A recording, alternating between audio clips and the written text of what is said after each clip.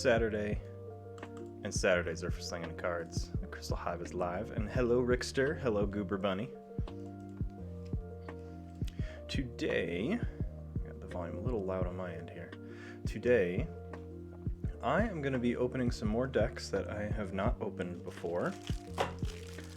I got 5 of them prepped and ready. I actually even have one from the first print run. It's got the red pull string on it. So we're kicking it old school here. I've got 4 Age of Ascension decks and 1 Coda deck. And today's theme, they are all featuring House Mars. So let's see, I'm going to start first with Taphos Flyopolis Chancellor. I'm not going to pull up the decks at Keyforge this stream, I'm just going to show the deck lists up here. I do have the DOK lists available, and I'll be looking at them solely just to see just a quick snapshot stats wise of what the decks want to do. So if they've got low amber control, I'm not even going to bother to try and control amber. If they don't have a lot of board control, so just taking that into mind while I'm playing. But I just want to crank out as many matches as I can. So first glance here, double wild wormhole could be cool, could be awful, because I could turn that into a punctuated equilibrium and screw my hand over. So wormholes will generally want to play last on those turns. I've got a strange gizmo, which didn't look like it would hurt my deck too much. It'll kill my board, but I don't think I have too many artifacts that absolutely need to stay out. 2 carpet flotsams and a flotsam spike. So I actually don't really want to keep a creature board, because if I have creatures on the board, this Mars house loses 3 cards right off the gate. And I have never seen Entropic Manipulator, so this will be fun to play that card. Redistribute damage.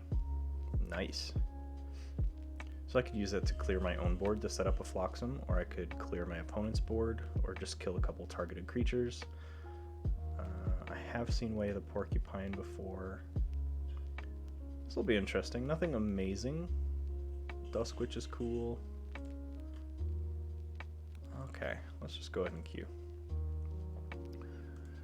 O'Brien, what up? Welcome to the crew.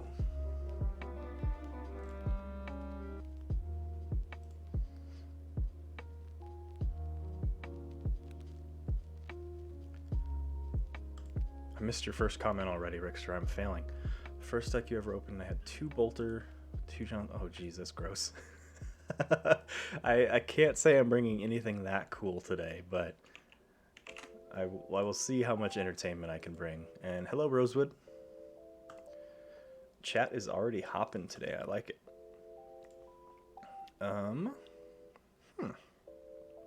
Well,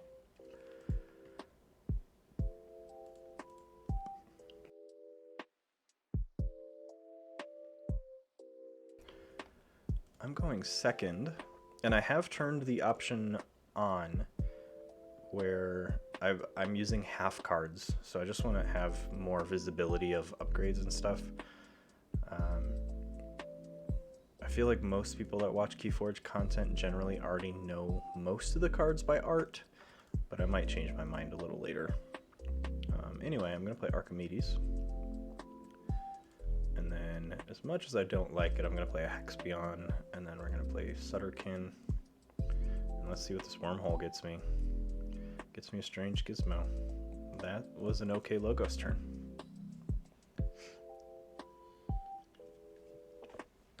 Right, Goober? We got a group right out of the gate here.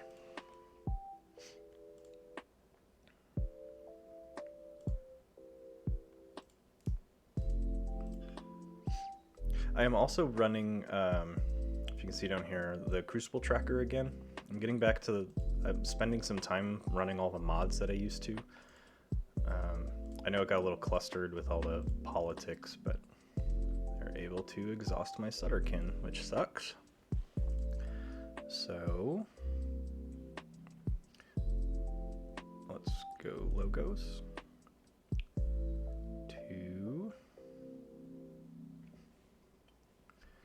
I really do not like this Faust or Brachus. So they bring a Shrix, Faust, and Brachus deck to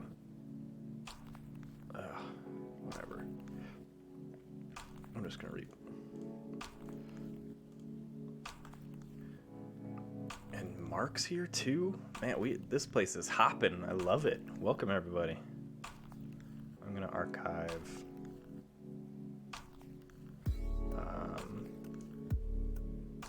Just archive Flotsam and discard. Let's discard Nox.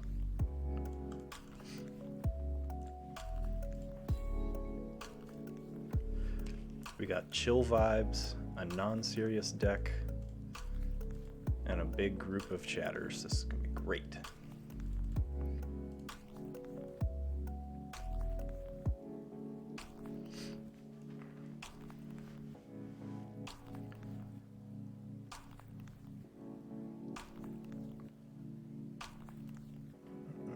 Let's go logos.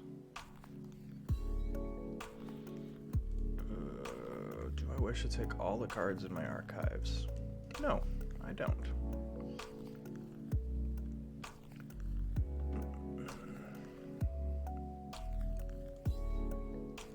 Play that onto Archimedes. I have no idea what I'm doing here, so let's just fuck around.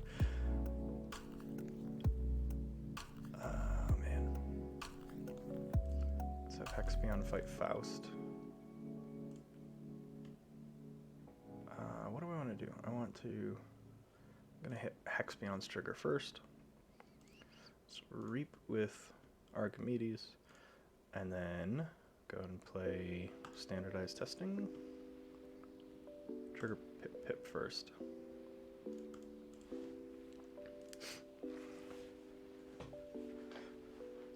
Yeah, sorry, with so many chatters, and I get really distracted playing I guess it's not being distracted. I pay attention to the game. So if I'm behind on replying, bear with me.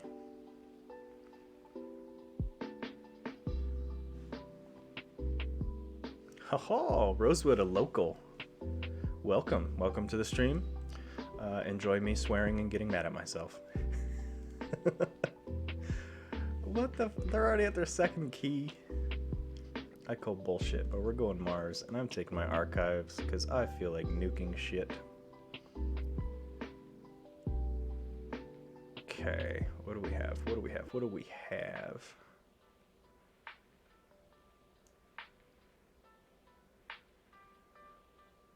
I'm gonna do 4 damage to everything first. And I'm just gonna play that for shits and giggles. Let's play... Should I play a conduction unit? It's gonna get nuked my strange gizmo, so I'll just play it anyway.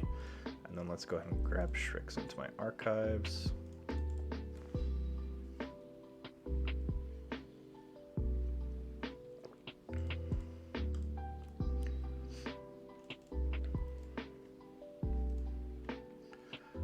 Rosewood, I don't know if you know Marky Lane. I don't like saying where people live, they can share that themselves, but send a message to Marky Lane. You both are roughly in the same area. Blue key, let's go logos. No to my archives. Archimedes. Then Sutterkin. Pip, Hexpion, and Smoko.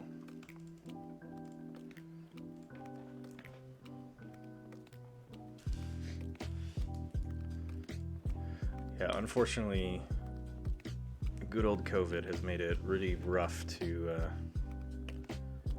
keep local play going. There's one store in the area that has had some play, but most of my Keyforge is restricted to online only.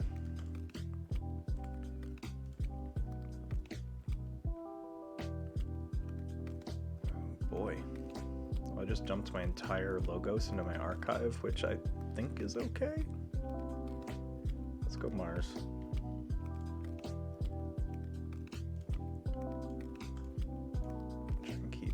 Proliferator on a flank. Let's play Manipulator, just because. Second key. Rosewood, I highly disagree. The Prime was not fun whatsoever. That's because I scrubbed out. I think I was 2 and 4. I overthought my deck selection and just screwed myself more than my opponents. Well, 0 Amber control, so I already lost. Let's just drop an Untamed turn. Fang House. You know, Orion, just because you won the whole thing doesn't mean you have to rub it in everyone's face. And Porcupine, we'll put Porcupine on, because it's hazardous, right? Yeah, we'll put Porcupine on Fang House, hazardous 6.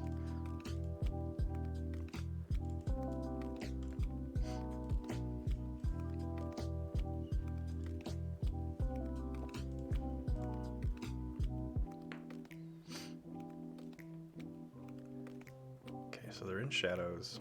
I know they've got Sting here. They're running a double redacted. My opponent's getting cheeky here. Okay. My opponent's getting very cheeky.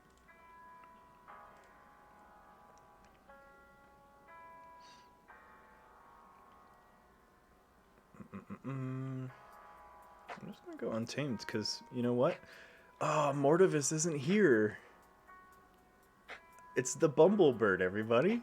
It's the fucking Bumblebird, and I'm actually going to get use out of it. Mortivis! Okay. And this wants to go... Well, I'm not going to be able to keep Proliferator on the flank, because I gotta pop this Pampaka over there. They have nothing in their archives. So I feel...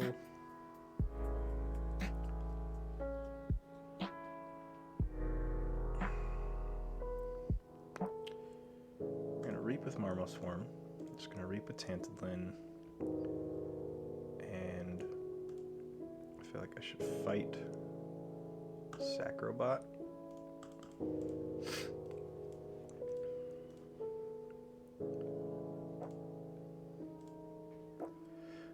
Yeah, there goes the Sting, and I've got no control, so the game just ended. Moment that Sting came off the board, but at least I got 2 keys. Let's try for a fun Untamed turn. Let's exhaust all Logos. And I guess I'm just gonna Reap.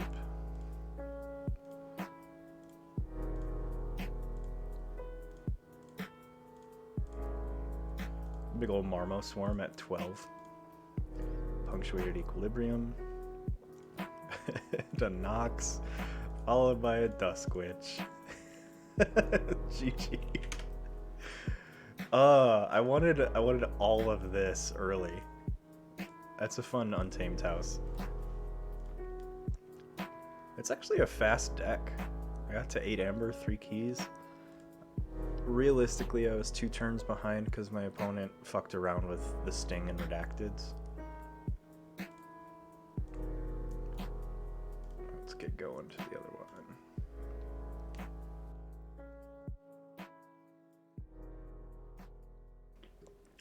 Yeah, not that they need it or anything, right? And in all seriousness though, Rosewood, I really love, even if I don't do well, like Vault Tours and Chainbound tournaments and primes and regionals or whatever they're calling those now. I really love those events. Ooh, sorry, I'm brain farting here. I'm gonna keep, and I'm gonna go Mars and drop this conduction unit. I love those large events in person because even if I personally don't do well, usually there's a handful of people I know from the Prime, not including Orion and Mark from the local scene. There's at least 5 people that I know that have either played other FFG games, I've met them at other Keyforge events, or they're just really active on the Keyforge forums. I know that I scrubbed out so bad that another player I know that's from Colorado that just made a very big drive up to Colorado Springs, but he just gave me his prize support because he won in one of the raffles. And so he's just like, dude, you're a better player than I am. I already have some of this stuff. Why don't you take it? And I was like, okay, this community's great. I love it. I am going to go Untamed. Let's drop Nox, drop Tantadlin, and then Fanghouse.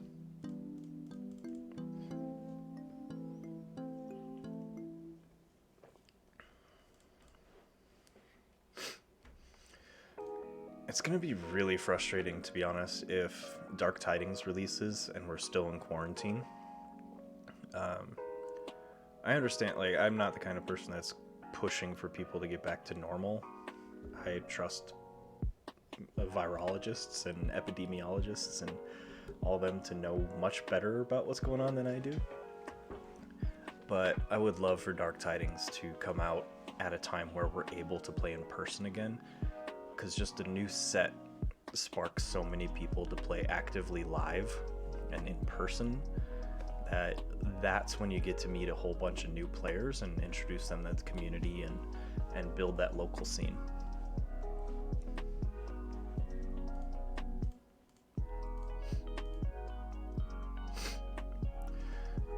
They might. I don't think they would delay it purely because of coronavirus. I think it might be that coronavirus is causing some production delays, which might cause the delay.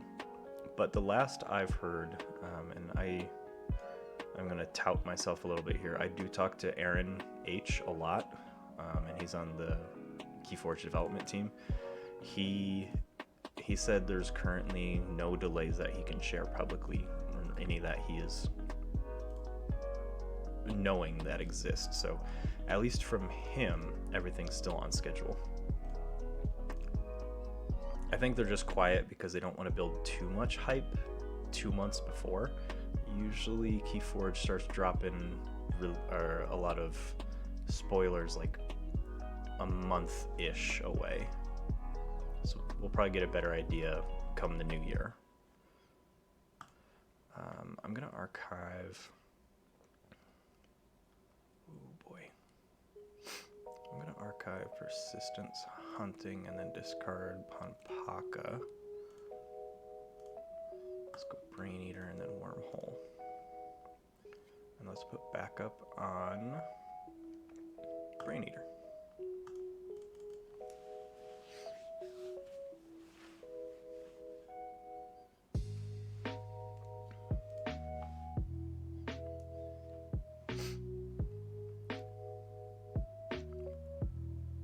Not drawing well here, folks. Brain Eater can hit this quant, though.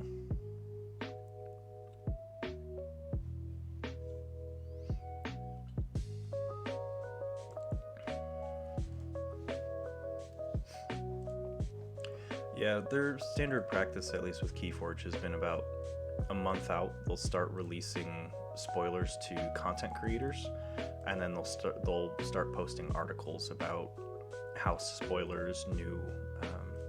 They'll probably put a much more in-depth article about the tide mechanic and what the new set's gonna bring. So I'm holding my personal judgment till January to see what they start pushing out to the public.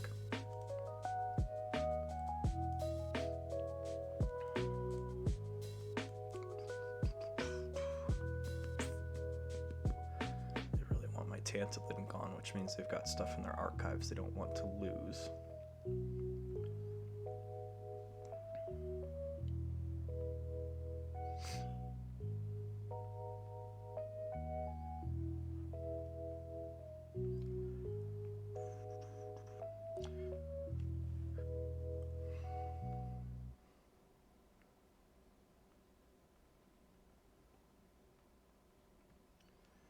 Well, I'm gonna go Logos.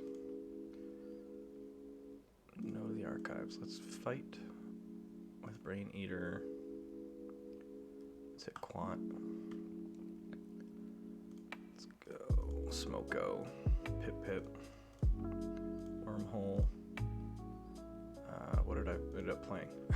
Sample Collection, which sucks because they don't have anything I can grab.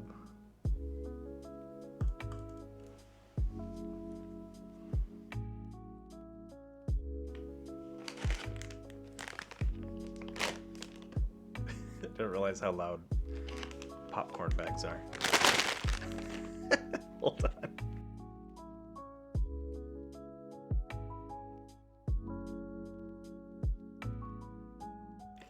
Much better. Now you just get to listen to me eat.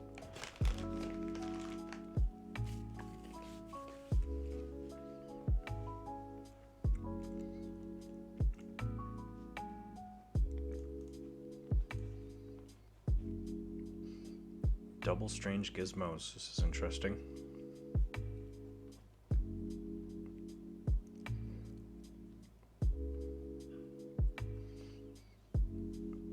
Man, I really want to push Untamed here, but I don't want to play the Dusk Witch because she's just going to die for my strange gizmo.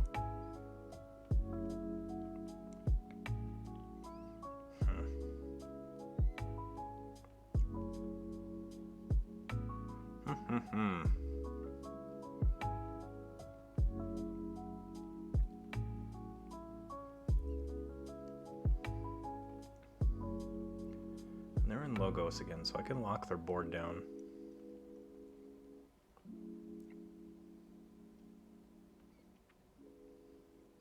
Let's go Untamed, grab my archives. Let's play Way of the Porcupine on... It's not ultimately going to matter. And then I'm just going to Reap. Try and lock in that key. Persistence Hunting to exhaust all their Logos. And I'm going to hold Dusk Witch. I don't want to overcommit and then lose the chance to use her later.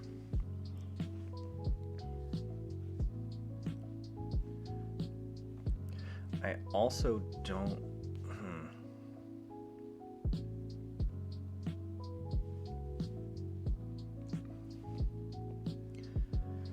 I'm in a spot here where I actually don't want to play any creatures. Excuse me, because I have a Phloxem in my hand. So I could probably play my Dusk Witch and just call that a turn. Because then if she dies, then I still have no creatures on the board. And if she's alive, my Mars creatures will come in active or come in readied.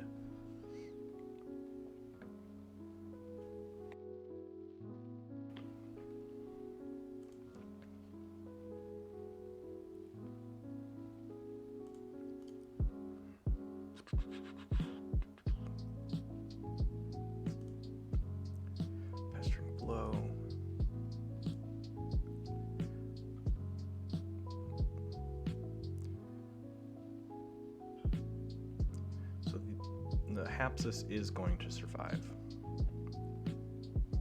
And I love that they're playing a bunch of creatures right now. Unless they have a way to get me off a key check, they're dumping their hand essentially.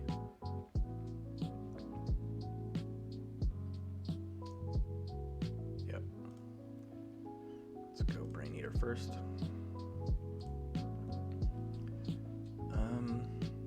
I'm gonna go Mars. No to my archives. So let's start with Mother Gun. Actually, no creatures. Yeah, so let's just drop Mother Gun.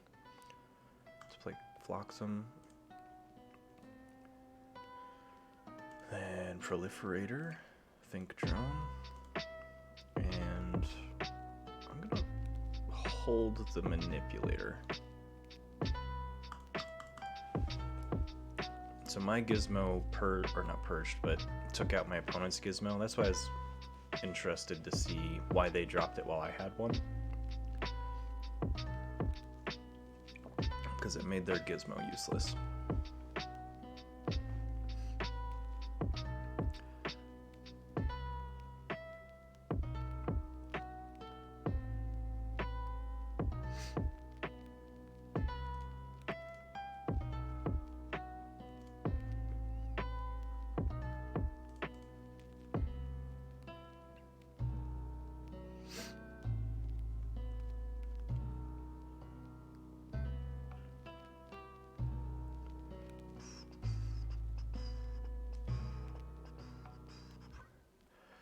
That's a fun... I'm not even going to talk it out. I'm going to just mess with some fun Mars combos here. So Mars, note on my archives, I'm going to Reap with Proliferator to grab... let's grab another Flotsam. It's going to go into my archives. Then I'm going to Reap to archive Proliferator. Gonna Mother Gun for 3. Hit my Proliferator, or my Think Drone. Then I'm going to Flotsam Spike, Flotsam, and call that check at 8. When I saw the Flotsams, I was like, God damn it, this is exactly like Orion's Prime deck. It's a little more creatures, but exact same playstyle.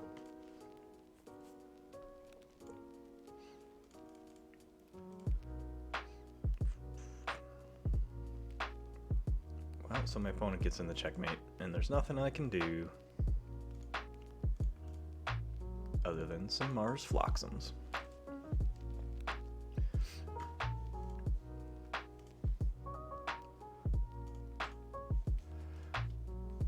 Thank you. I'm proud of that one. I saw it and I'm like, ha, that's cool. I'm gonna do that. Yeah, I've got a Resonator play here. So I am gonna go Mars. Take my archives. Let's go ahead and Flotsam. And Resonator.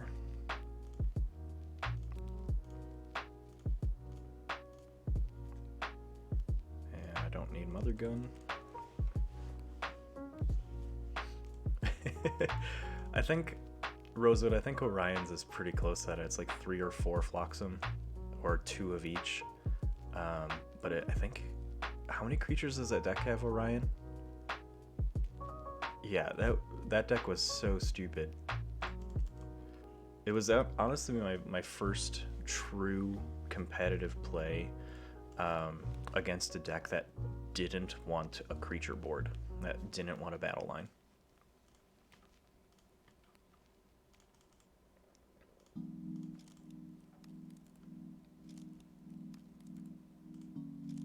Yeah. Oh boy. And it works perfectly too, because you want those Ronnies to die to fuel your Flotsams. And if they're still on the board in a Mars turn, you could just bombardment them out.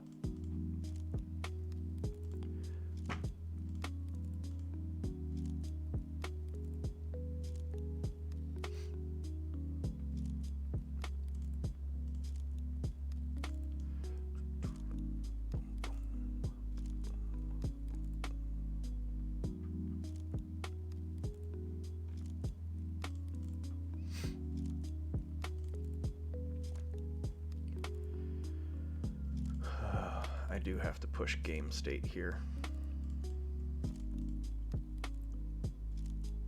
So I'm just going to be reaping with Mars.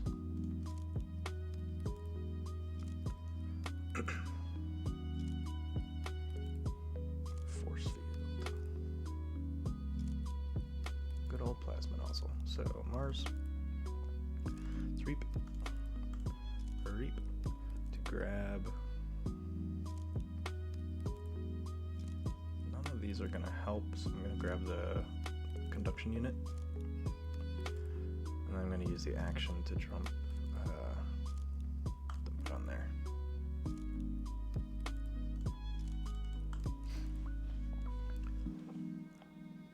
My first ever AOA deck was nowhere near that good. I don't even remember what my first ever AOA won, but I remember my first box for AOA. I just looked at it. I was like, wow, this is a shit box. Cool, buying another one. I don't think I played any of those decks in that first AOA box. Oh, now they got 10 Amber. Boo.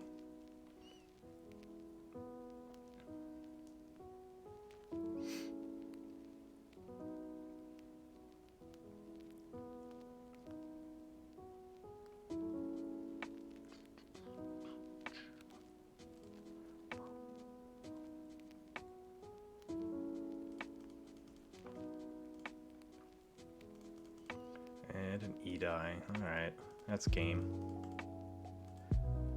Why you gotta be such a dick?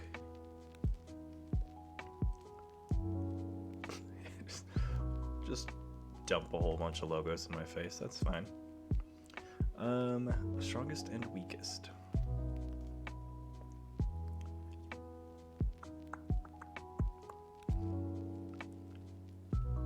Well, so let's just go logos. There's nothing I can do to stop them, so no to my archives. Let's play standardized testing. Pew.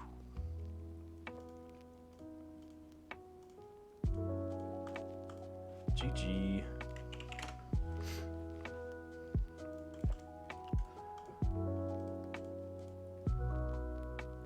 Yeah, I feel like this deck just, it has some cool stuff in it. I'm gonna try one more with it. I'm thinking, knowing it has a somewhat similar playstyle to Orion's deck,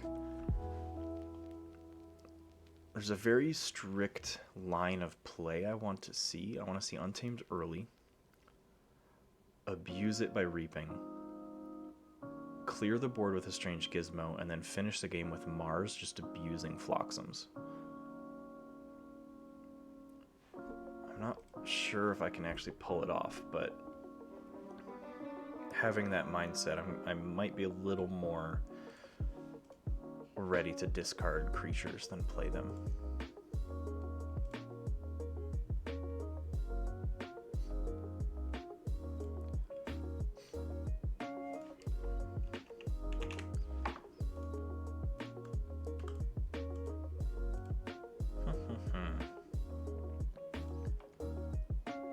Ooh, but this Dusk Witch is nice.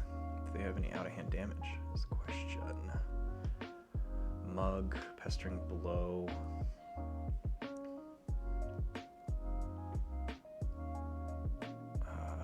Perilous Wild kills Elusives, I believe, if I remember that right.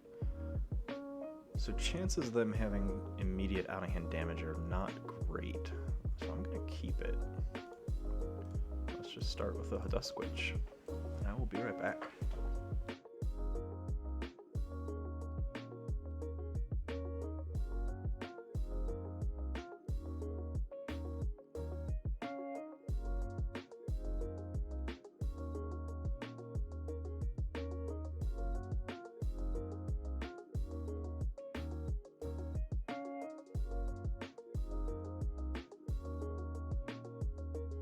Survives. Okay. Staying untamed. Nox. Excuse me, Tantabin. Let's put Porcupine on Dusk Witch. Reap. Fight and fight.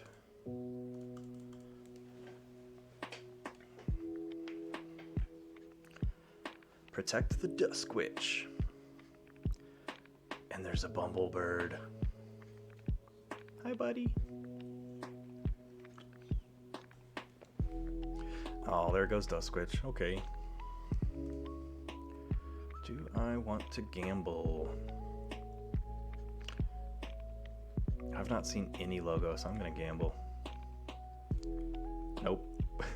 What did I pull? Fang House. Of course. Always play the odds, Brian. Never. Bumblebird.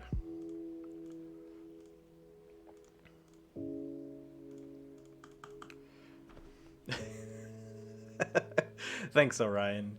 Your support means everything to me.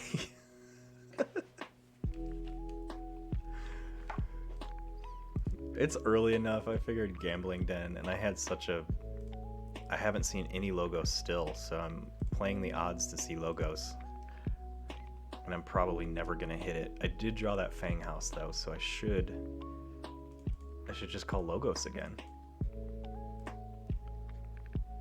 and wait for my opponent to clear my board, because then I've got all my Mars stuff. Another Flaxia. Jesus Christ, this is not a casual deck they're playing here. I hit it! I hit it! I hit it, everybody! Oh, man.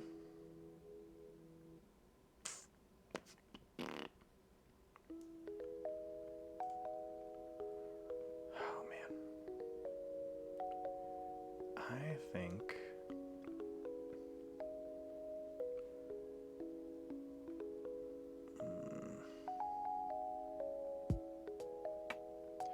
I feel like I need to go untamed. I'm going to discard Fang House, and I'm just going to reap.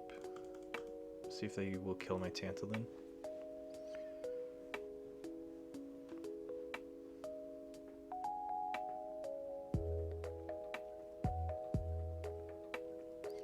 The Curator is, while they're in play, your artifacts come in play ready?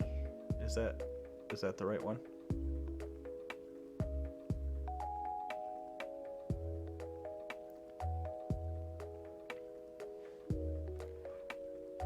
Nailed it.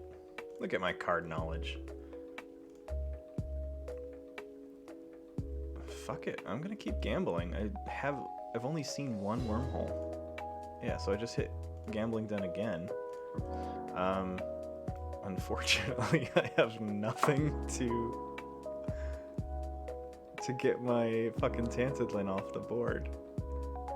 So I think I just I use Tantalin to fight. Yeah. I'm gonna fight. I'm gonna hit a Raider Gallum. Double Chaos Portal. Okay. For reference, everyone, I gave Orion my decks of Keyforge deck list, like my whole profile deck list, and he's just been flying through it, just looking at what I have, trying to find fun combos. Oh, motherfucker. Yeah. Okay, I'm just gonna say it. I always say this in casual games. There's no fucking way this deck is a casual deck. It's got Exile, double Raider Gallums, Imperium, Tribute, Fogbank, 2 Flaxias. No, like, get the fuck out of here.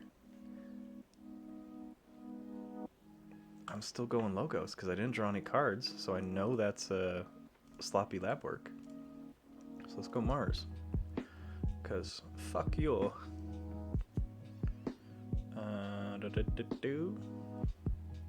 Yep, Flotsam Spike. Let's go Carpet Flotsam. Discard that. Resonator. Think Drone.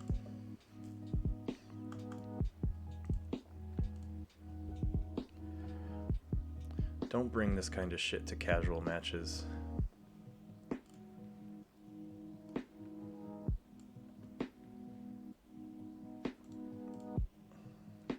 I'm gonna see what that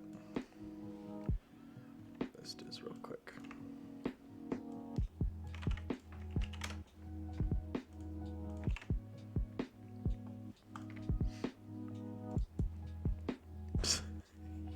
Yeah, okay.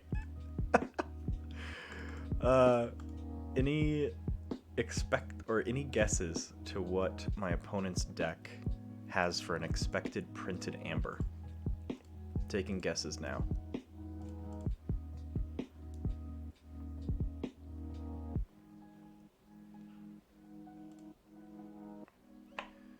I mean, there's fuck all I can do here, so let's just go Logos.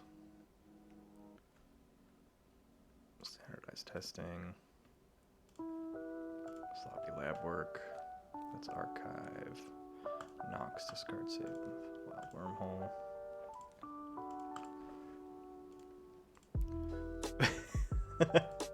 $32, $27. Yeah, you don't get a GG. Your deck does not get a GG.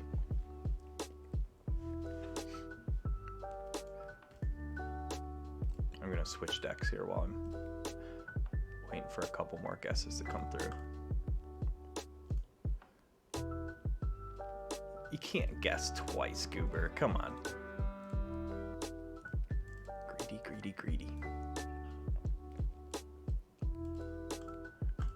No, my opponent's deck list was 31 expected amber. Yeah, let's just play that in casual. No big deal. I forgot to look at what this deck list does. It has 2 Dusk Witch. The funny thing is you'll see a lot of similarity between the decks that I'm playing today because a lot of my AOA Mars deck lists were almost all identical. Yeah, you were really close. That's why I laughed. I was like, shit, first guess, 1 away. I've got 3 Harvesters. So my Mars line wants to stay. I want to actually get my Untamed out early. I've got 3 Surmeros and a Vault Keeper in my Sanctum list. I have a feeling these Carpet Flotsams are probably going to be dead cards. I'm gonna mulligan into a terrible Untamed hand. Woof.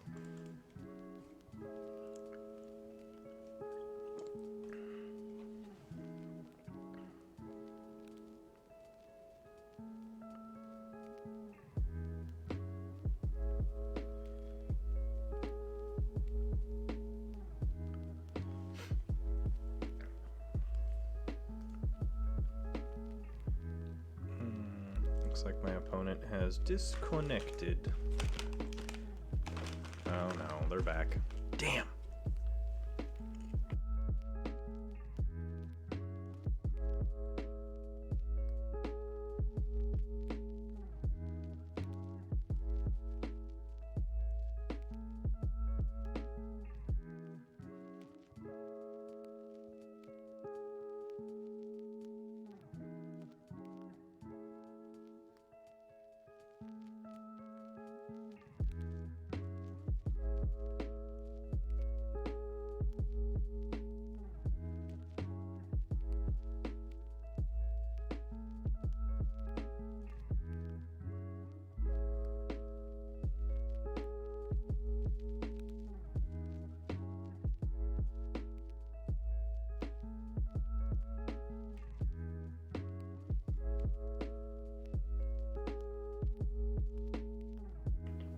Double Brainstem. I don't think so. I have a stack of about 21 decks that had Mars, and I just grabbed 5 random ones. Double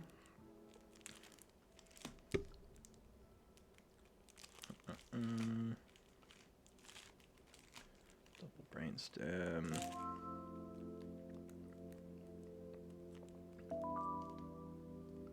It did not, but I do have a double John Smith with double Grabber Jammer and double Ixtli Marauder. And Total Recall. So that'll be a fun deck to get to.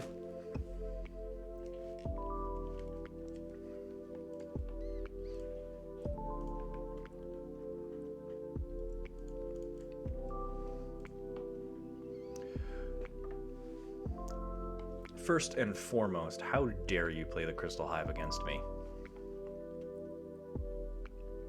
The gall. This player's got some cojones on him playing the Crystal Hive against the Crystal Hive.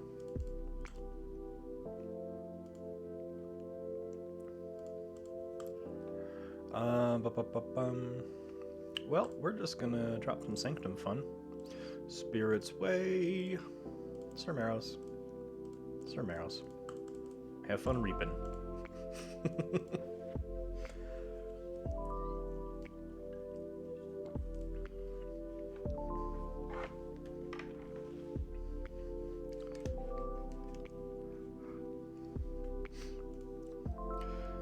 I mean, this is a casual game. Do you think I have anything to properly answer?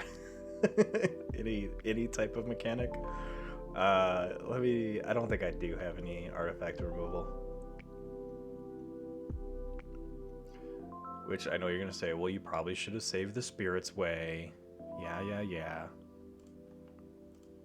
This is my first game. I'm just slinging cards to see what happens. Second and third game, I actually try and play the deck appropriately.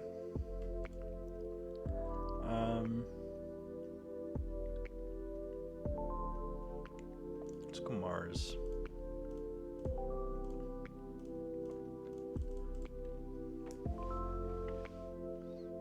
I'm trying to get a lineup of untamed creatures here for the Full Moon Dusk Witch. How many creatures? I've got 1, 2, 3, 4. I only have 4 creatures, so I don't know why I'm holding on to that. If I get 2 untamed creatures in a hand, I'm going to be lucky.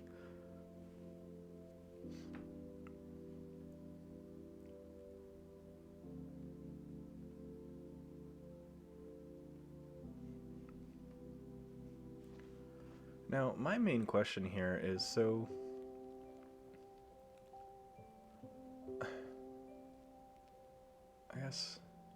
I guess purple is the background color for Mars. I was thinking, why is it purple? Purple is shadows, but shadows is purple and gold. Mars is green and purple. Thus my background.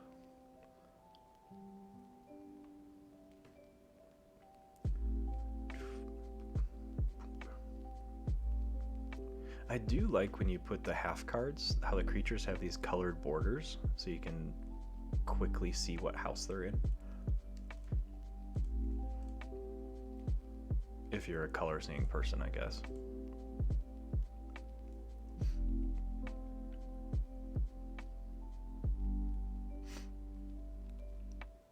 Sanctum.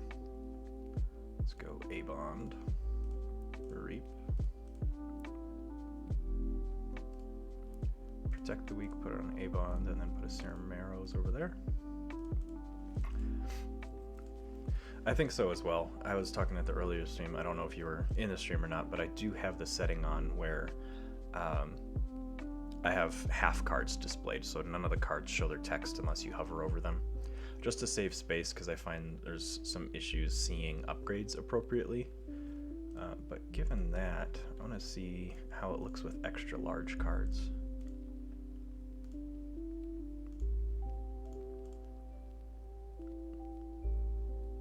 That's all right. Might move my webcam up and over here a little bit.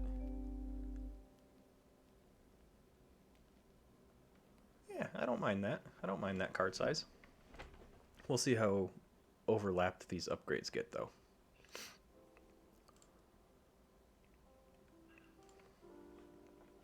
There goes A-Bond. Decent Untamed hand, just by the amount of cards I can dump, but I'm only gonna get 2 from Full Moon, 3, 4. It's a 4 amber turn. Let's go Untamed. Let's go Full Moon. I don't think I have it. Oh, I do have a Scientist, don't I?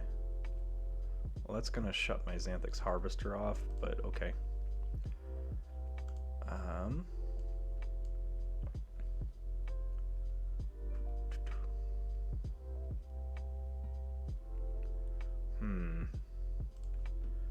So then let's go Rustnar, Regrowth to grab a Sir Marrows, and then Dusk Witch.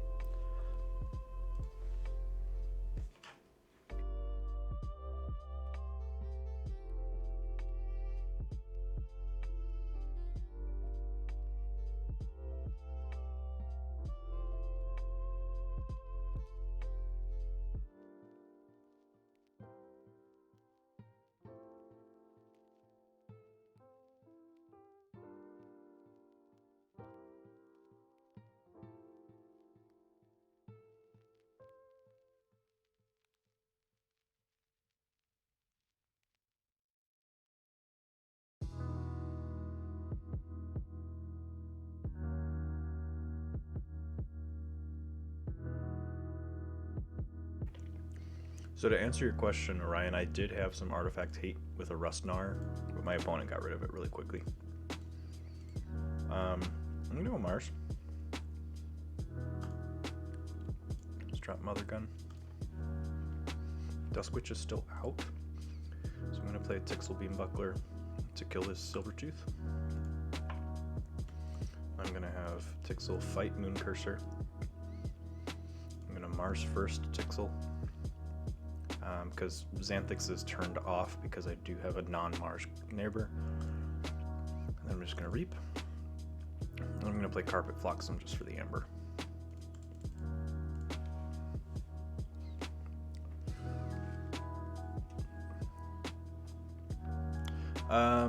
Nepeta Gigantica, is that the untamed artifact that action kill a giant creature?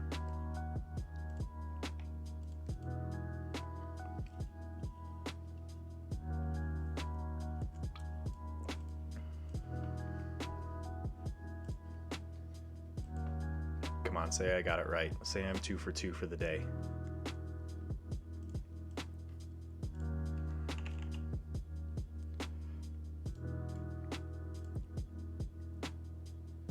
Oh, stun, not kill. Okay. Yeah, I remember I saw that card. Yeah, I was close. I knew it interacted with giants. I just forgot exactly how. I do have a pretty large selection of, at least from the earlier sets, excuse me, of cards that... sorry, I got weird hiccups. Apologies. Of some rare cards that are pretty cool, but they're never in a deck that can utilize them well. Oh boy. John Smith and Uxlix. I still have a Duskwitch in play though, so I'm okay with this. Let's go Mars. Mother Gun to hit John Smith. Then let's Tixel to hit Zookeeper, kill Zookeeper. I just can't let them keep a Mars board because of this Crystal Hive here. So then I'm going to play Xanthix Harvester. I'm going to fight Vizima, Reap, Reap. And I can't use that. Check at 8. This deck is doing some pretty cool stuff, I'll be honest. This deck list has surprised me. Crimson Song, the God King of the Moor. Or Moor, depending on how you want to pronounce it. Interesting. Put that in my you have my attention pile. I think what's happening is this Duskwitch is able to just do a lot of work right now. And they pawn sacrifice. They're gonna probably kill my Duskwitch and hit Marrows. Yeah, keeping that Duskwitch alive. I think I do have 2 Duskwitch. Yeah, I do have 2 Duskwitch, so I haven't seen the second one. So I'll have another one soon enough. I don't want to put all 3 of my Sir Marrows out. And Vault Keeper... They've played a decent amount of their shadows already. My opponent quit. Cool. Let's just hop straight into the next one. Oh, of course, and I play a TCO tournament winner now.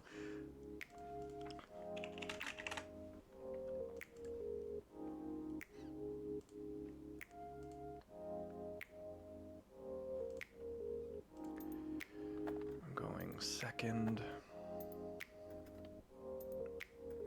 Woof. Small again. Flotsam on the first hand's alright. Especially when going second. Well, everyone's playing Mars today. What is this? They heard about it. They heard about my strategy.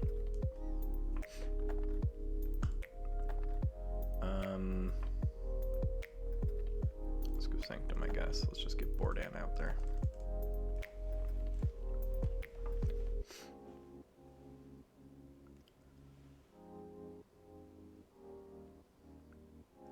They did. Mars is fucking dope. I can't wait for Mars to be back. I'm so excited for Mars to cycle back in.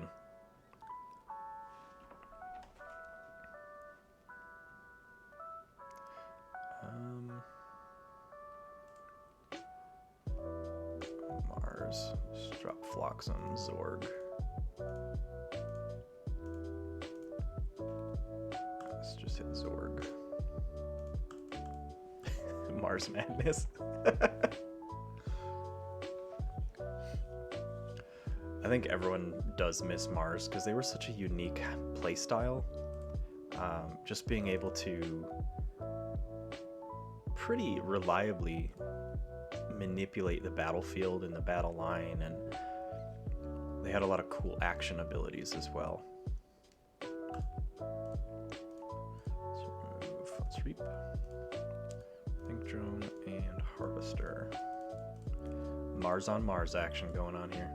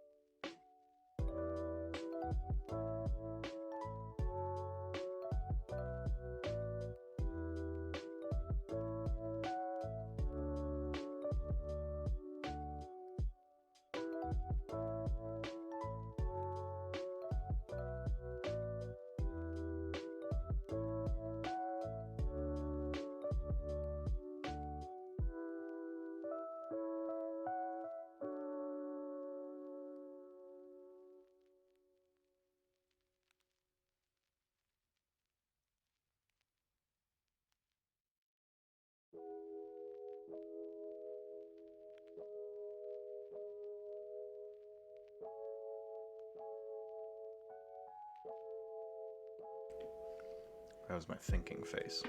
I have a couple options here. I could do a Sanctum turn to load. Sir Merrill's out. Or I could slow play with Mars. I'm just slow play with Mars.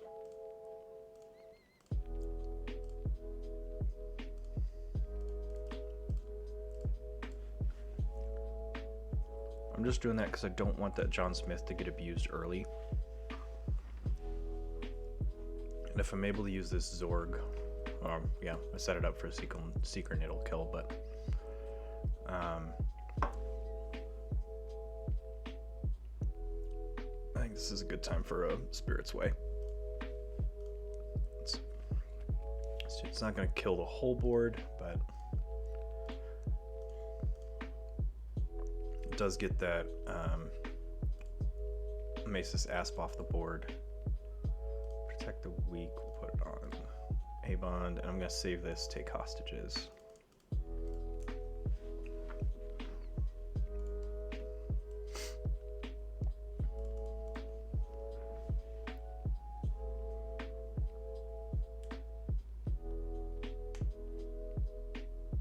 They're going to Mars. What are they going to nuke here?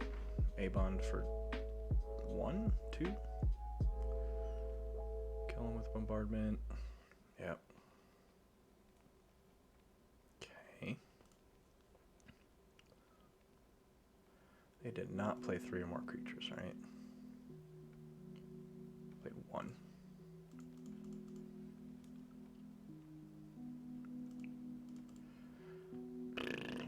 Oh boy.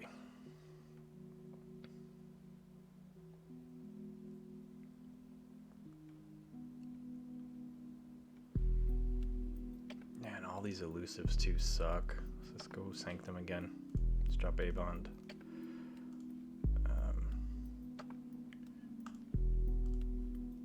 Let's just go into Naughty to capture 1. Good time for persistence hunting. I can exhaust down their Mars. Maybe their shadows, depending on what they pick. They do have a TMTP. 2 Coward's Ends and 2 Rogue Ogres.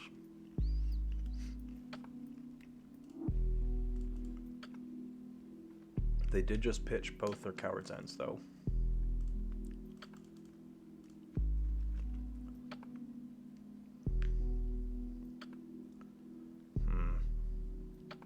I just need to dump this Untamed stuff. It's getting too clogged. So let's exhaust their Mars. Let's play Rustnar. Life Web for shits and giggles. I'm not going to get rid of that Rustnar, because if it stays on the board, I can get rid of that Mother Gun. And then let's regrowth a... Let's regrowth a Zorg.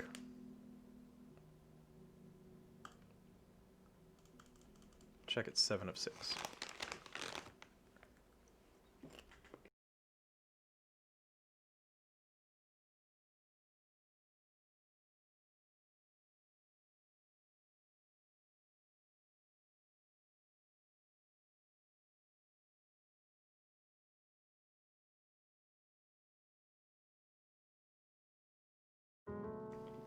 Okay. Go Untamed again for Full Moon. Lupo. Let's trigger Full Moon first. I want to kill John Smith. Rustnar will fight Urchin and hit.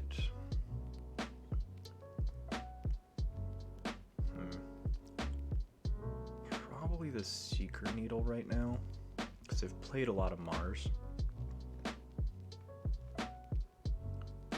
Let's hit the Secret Needle. That's Dust Witch. Check it, 6 of 6.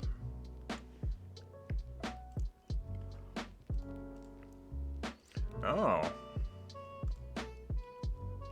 That's weird that it mutes the music too.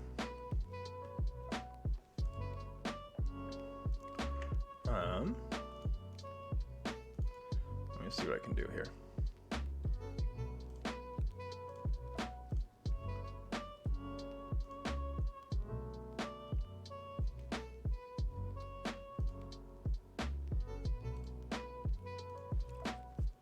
That is really weird that you lose music, because my music's not playing through my microphone. I'll have to look at it after stream, Orion. There's probably a workaround somewhere. And hello, Mortavas. How you doing, man?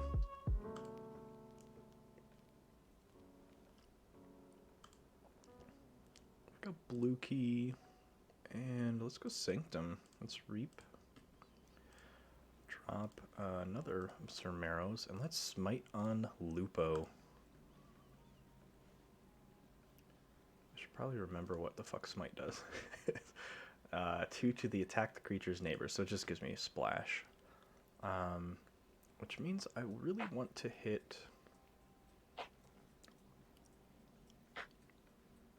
probably right here. It's going to kill Ogre and Naughty. Let's do that.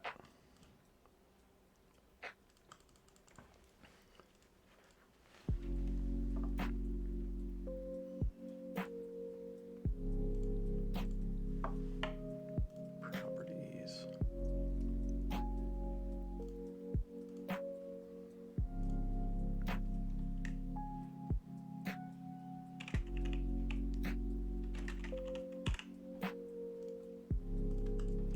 Oh boy, that is a board. I need that Spirit's Way.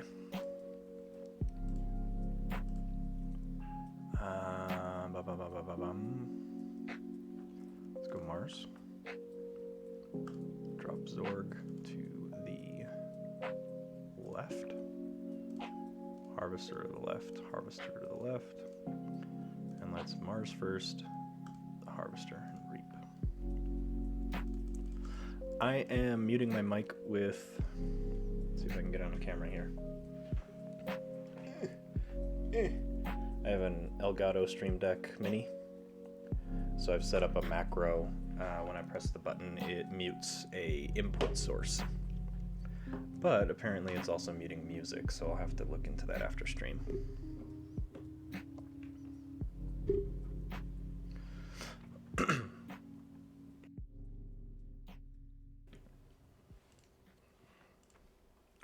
So I have been messing around with my Stream Deck Mini. It's absolutely a tool I recommend to anyone who streams anything, even if casual like myself, because if you take the time, you can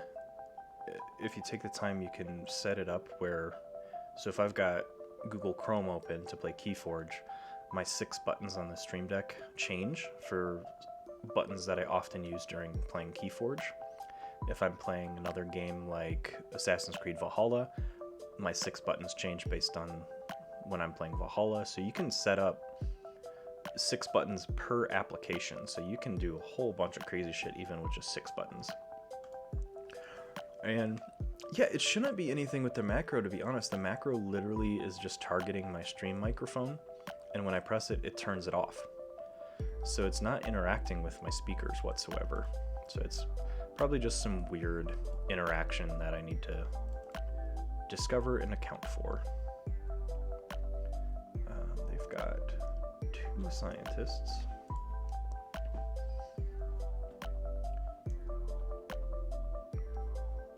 I'm gonna go Sanctum though. So let's reap and reap. And just go ahead and play another Cermeros. Let's play Grey Rider, deploy right. Use Lupo to ready and fight.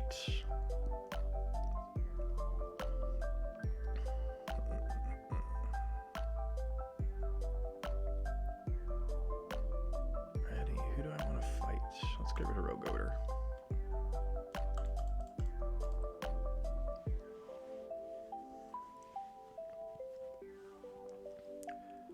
I do, yeah. I've got 2 mixers. I got my headset for sound, and then I've got my microphone. So I have it set up as the macro should work. It's just I probably missed some click somewhere. I'm gonna go Untamed. Let's go ahead and drop Niffle Grounds. I'm going to then fight Zorg. Let's play Curiosity. I don't want to play Save the Pack. I'm gonna discard Save the Pack, and then we're gonna drop a Dusk Witch.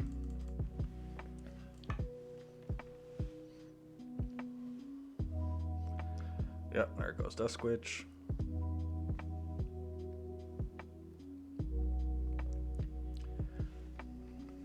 I also have to say this again, this is not a casual deck, everybody. You got a TMTP and a fuckload of Amber Steel.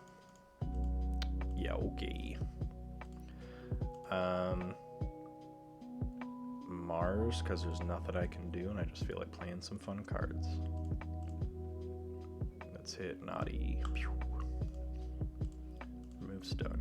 Carpet Flock Zone. GG.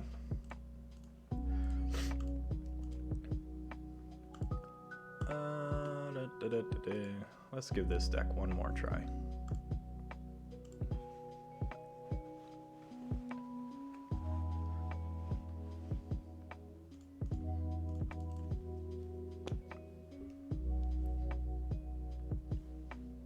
Seeing the extra large cards with the half cards though, I really like how clean it looks, so I'm probably gonna make that adjustment for my next stream.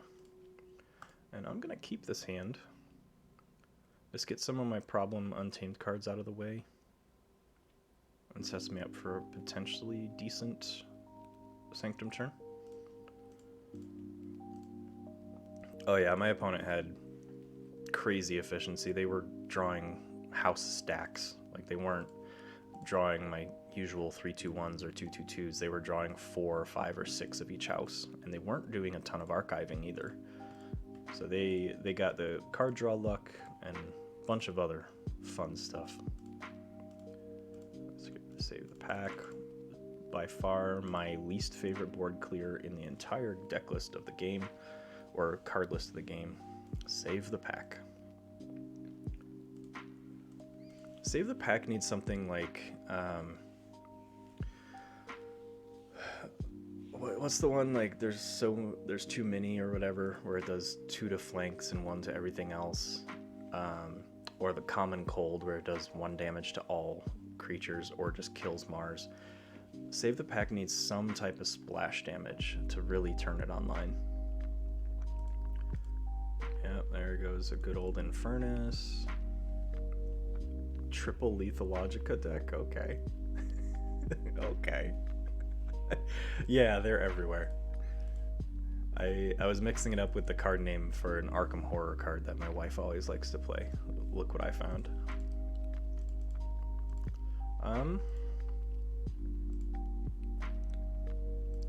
Sure, let's go Sanctum. Spirit's Way. Surmeros. Bordan the Redeemed. Grey Rider. Deploy Right. Let's have Bordan fight.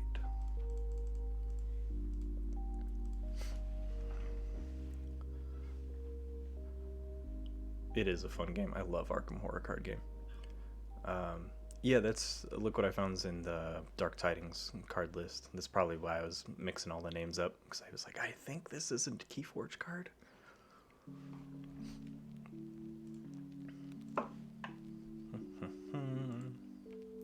I cannot reap.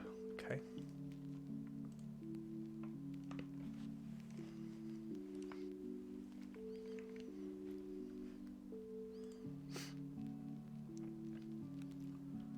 Professor Tirado, I can guarantee I don't have mutants. So we are going to double Tixel.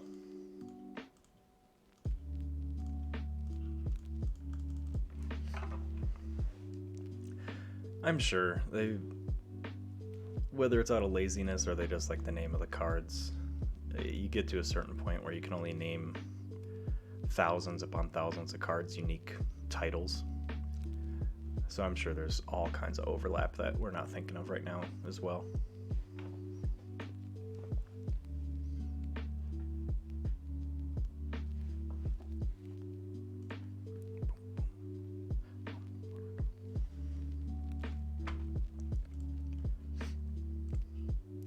For everyone that's new to the stream, I'm seeing some names that I have not seen before. Welcome to the Crystal Hive. Hope you're enjoying Keyforge nonsense.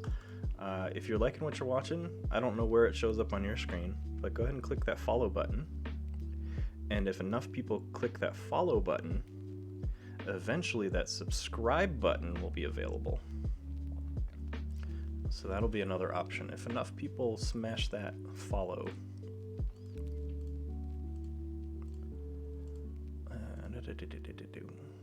let's go Mars. Zorg, Reap, and Reap, stun your Infernus, and I don't need to stun my board because I only have Mars. They do have a Wretched Doll though. I've always wanted a deck that makes Wretched Doll work.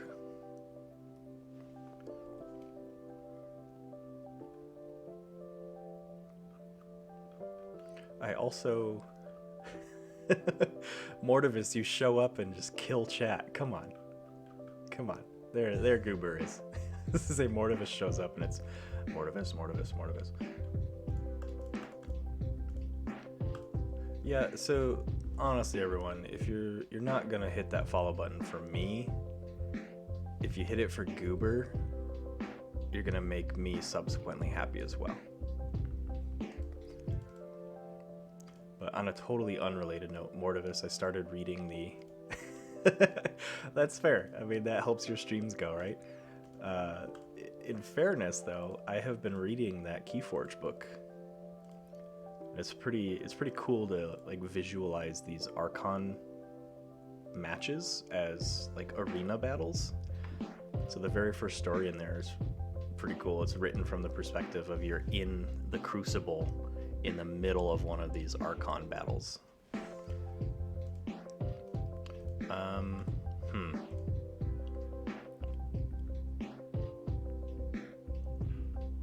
boy, I'm so far behind.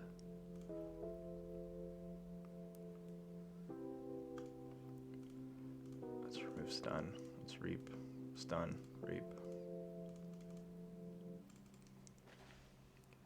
Yeah, unfortunately, Wretched Doll needs to be out, what, 3 turns total? So play turn, first use, second use.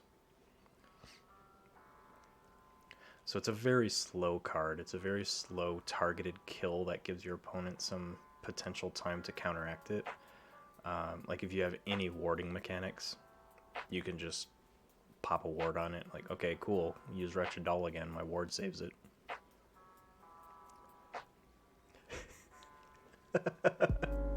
It's pretty poo-poo or it is pretty poo-poo. Those are two very different things.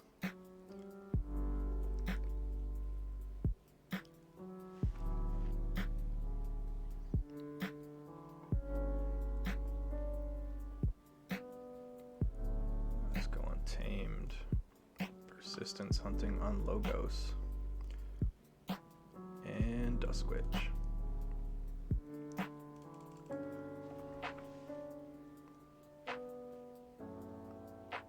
Hey, look at that. I knew I set up an automatic trigger to remind people for the follow button. There you go. I think it was, I have to have 50 unique chats in 30 minutes. So kudos to everyone in chat. That's awesome. I love when chat's really interactive. I could care less how I play as long as people are joining in the stream and having fun watching and hanging out.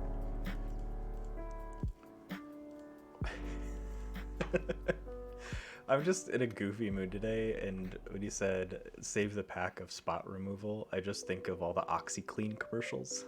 It's the #1 spot remover with the power of oxygen. Oh boy, oh boy, oh boy, oh boy. I got nothing, so let's go Mars. Vizima Think Drone. Reap. Zorg is going to fight there. And I could have done that a little better. I totally spaced on having Mother Gun out. But I'm going to play Mars first. And Reap to bounce Tixel to my archives.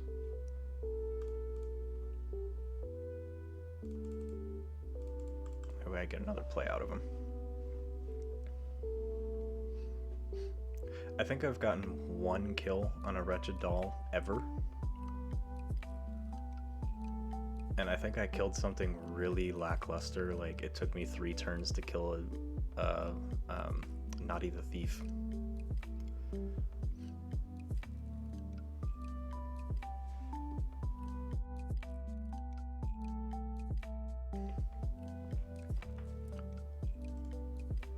Yeah, it's a cool card in concept. It's too slow.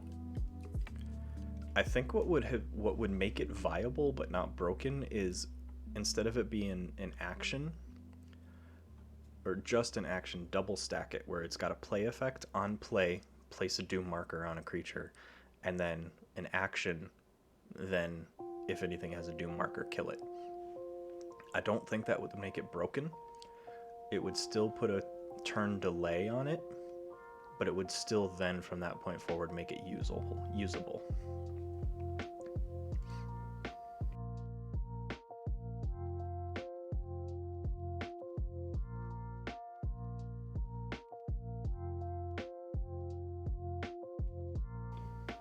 That's true. There's a lot of artifacts that need to have Omni.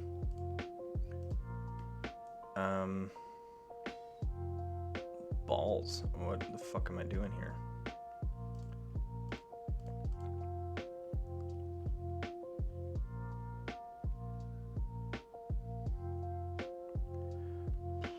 Can I just wipe out my board and then let's go Mars, take my archives. It's Tixel. Well, first let's Mother Gun for 2 into Anthony. And then highest power creature here.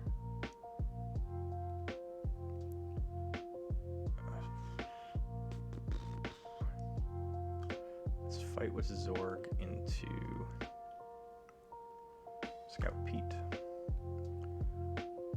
fight with Rosima. I'm just making sure everything dies here. Actually, if I reap, I can bounce itself. So I'm just going to do that. Carp Floxum. Tixel's just going to hit himself. So check at 9 of 6.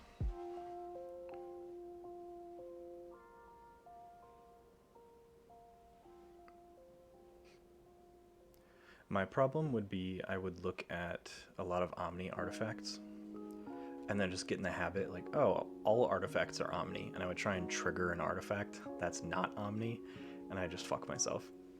I'd do it in a tournament and just be like, oh shit, can I change my house then? My opponent's gonna be like, no, you made your decision.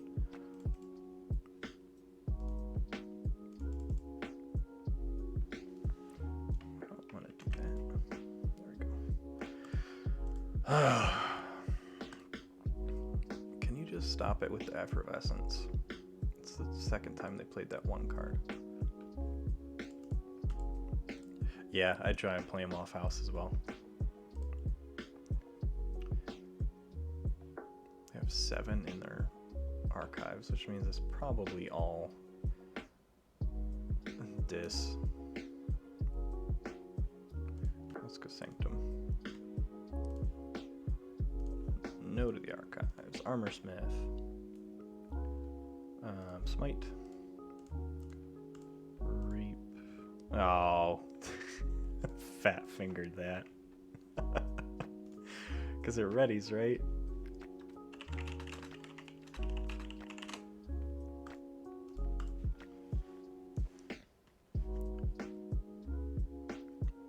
Just bump there.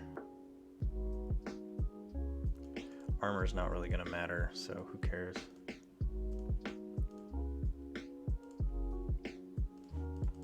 Eight of 6.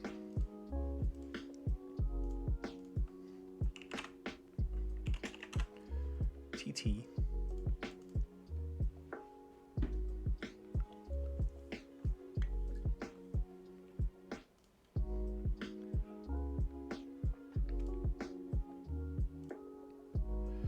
Oh yeah, I've been waiting for it. Because I've got 3 Infurnuses. Well, they start with the Gleeful Mayhem. Yeah, they got 3 Infurnuses and then Gleeful Mayhem. I was waiting to see if they would play one of their Infurnus and then Gleeful Mayhem it to play a Bonesaw out readied. But let's just see what they start hitting. I'm gonna just pull up the script here. Again, like, Triple Infurnus is not a casual deck. I'm sorry. Sorry, not sorry. Just being able to purge 6 cards in a game alone, just... Wow, you have 1. Okay, 1 Infurnus. Sure, let's go Untamed, no to my archives. Let's go Lupo and Duskwitch. Who knows? Grasping at Straws, I keep hitting check on this over and over again. But these last 2 games have proven that this deck is no longer in my You've Piqued My Interest pile. It's in the Super Crappy Poo Poo. That's a little redundant, isn't it? Super Crappy Poo Poo.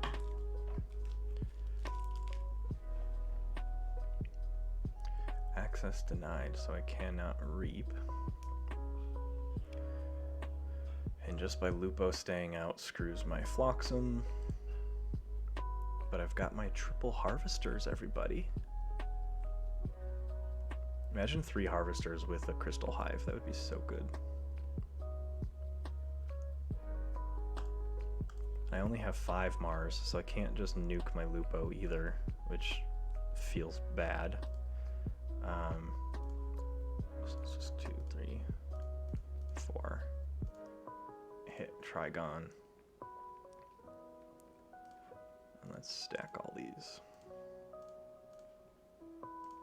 Because there's nothing I can do to stop my opponent. Leave game. You don't even get a GG. What's my next one? On the deck number 3. Lots of people leaving this, so I don't want to be part of that. I am going to play Calmly Topaz Payroll. What is in this list? Collect worms, nice. Exterminate, exterminate. That's a fun board clear. I guess not technically a clear, but it's mass damage, mass destroy. Martian Hounds, sample collection, booster squadron. Of course, the deck I have with a Sky Booster Squadron, I don't have a Mother Gun. Stormcrawler's cool. Double Dominators. I got a pretty nice Mars list here. Double Whistling Darts, double Throwing Stars. Nightforge. My entire goal this game is, or these 3 matches, is going to try and get a Nightforge to fire. They're everywhere. Piranha Monkeys. Ooh. Double Nox and a Key Charge with Flaxia. I'm okay with this deck list. Doesn't look super overpowering, but it has some cool stuff it can do.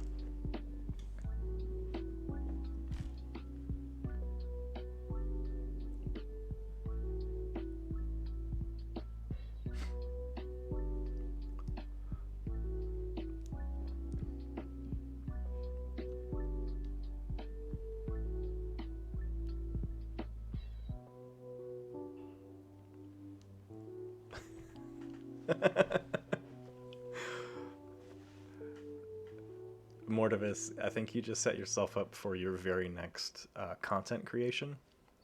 You need to create a Keyforge rap, and the title of the song needs to be All I Want to Do Is Nightforge. And go. Yo, all I want to do is Nightforge, yeah!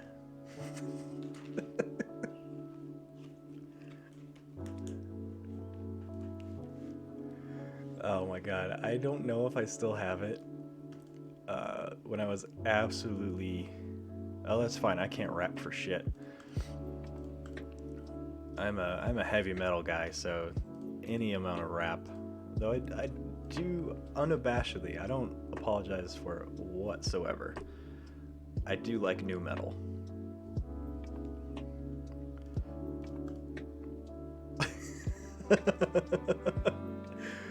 I know, Goober. I can't rap for shit. All I can do is growl and squeal to my metal.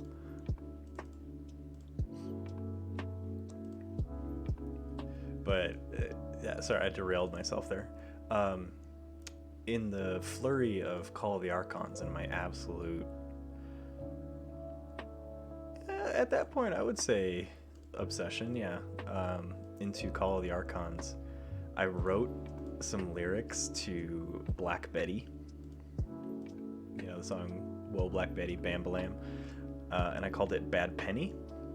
And I had about 3 verses worth of lyrics, and it was actually pretty funny. I don't know if I still have the lyrics written down though.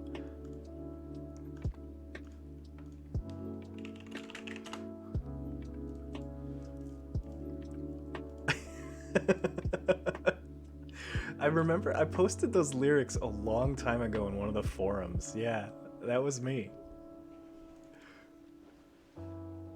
Yeah, it starts with, whoa, bad penny, back to hand.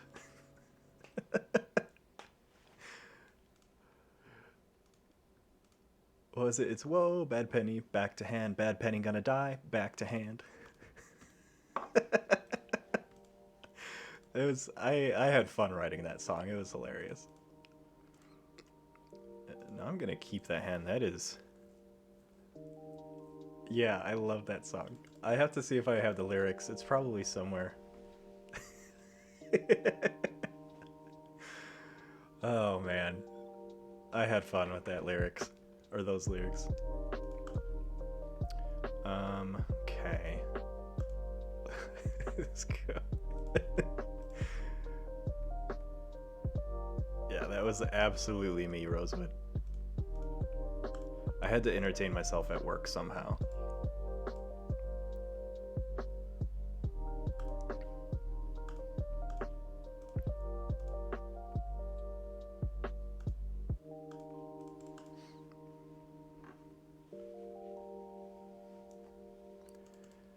I mean, the best way to Nightforge is to start with it very early, and I definitely did. And I had a really nice Mars hand, so I was... oh, son of a bitch. That all goes out the window. Okay. Okay, I do have a decent amount of armor, but so do they. Let's go Untamed. Piranha Monkeys. Yep. Persistence Hunting for Sanctum. Camouflage to protect, let's protect Shockworm, because he's got enough health, and let's go Marmo Swarm.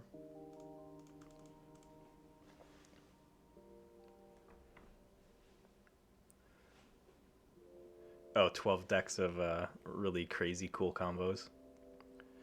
So I want to say I recruited Orion, but Orion kind of volunteered himself to go through my entire deck list or my entire deck collection to find decks with cool combos. And so I'm going to be doing that, and I don't know if it'll be this next Saturday, maybe the Saturday after that, but try and do a stream where the entire stream's intention is to get some stupid combos to fire. I have a deck that he found with 2 Redacteds and a Brig combo, so potential for a 1-turn win. But, you know, my opponent's just playing casually a Hunting Witch and Dust Pixie with Dew Fairy.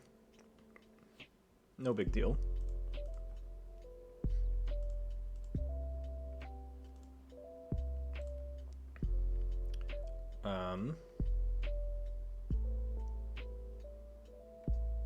Wow.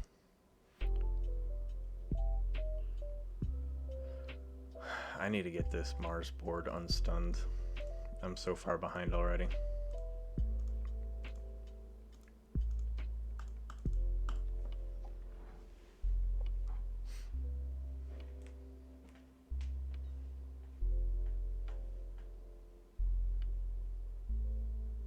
I have a really fun Sting deck that has not been aging well. It does not hold up to the current meta. It just doesn't have enough board control.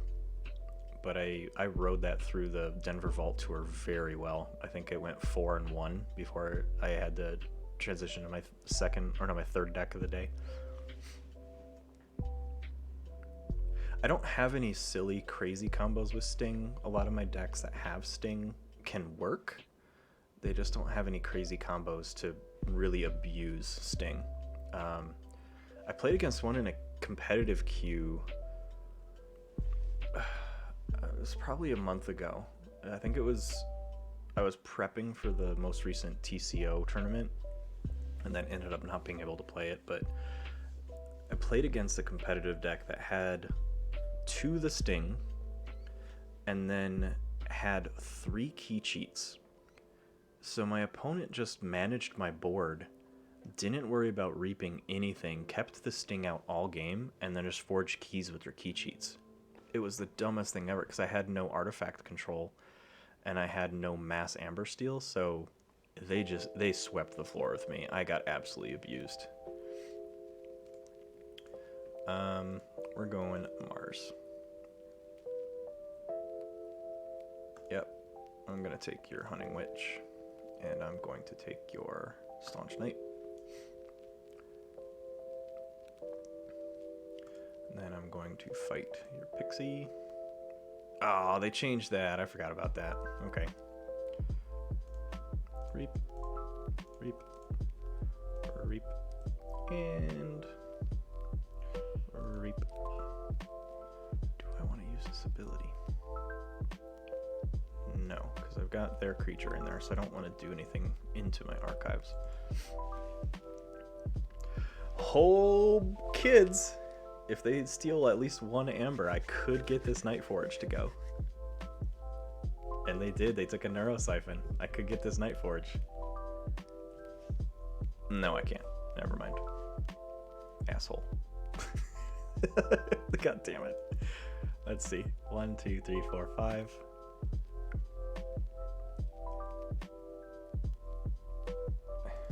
Fuck. That effervescence screwed me. I gotta do math here. 1, 2, 3, 4, 5. So I have to get to 10. So I can't do it. So I'm just gonna keep using Mars. So let's fight. Take your Dew Fairy. Reap. Reap. Reap. Reap.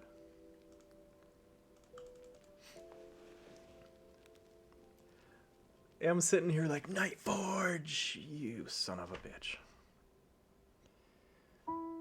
Terms of address. Can't capture anything because you ain't got no creatures. And you had an entire hand of Sanctum. So that shut down all of my all of my shadows again. So let's just go Mars. This is the dumbest game ever. Reap, reap, reap. Done. Check on 6 of 6.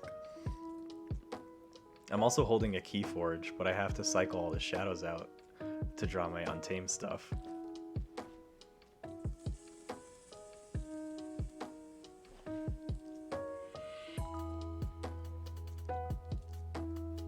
I guess I should click end turn, huh? It's like, what is my opponent waiting for? They were waiting for me.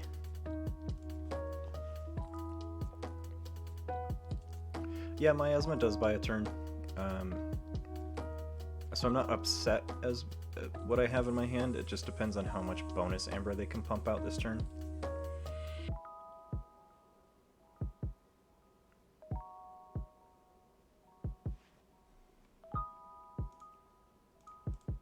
Yellow key. So they're not going to let me Keyforge here, but I do. So I do have to go shadows.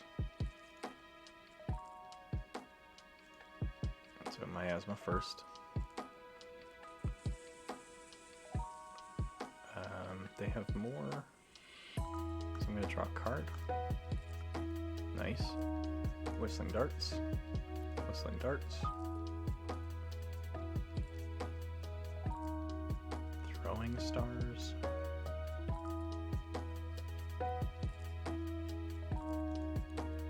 Sure. I can't kill anything. Just do that. Yeah, look at all that damage. Sure. Let's just do one more. We'll see what they've got.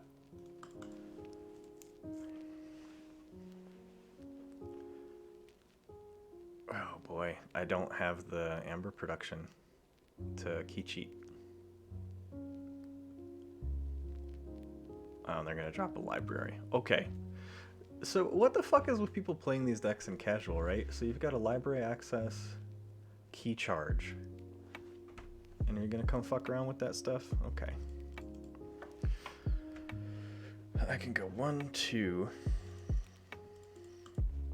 So I can get to 6. I could draw a card, but I don't think I have anything. I could draw into a Nerve Blast.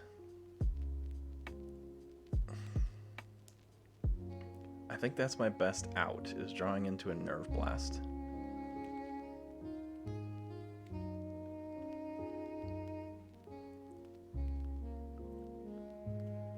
Yeah, I was holding that Keyforge to hope to be able to trigger it.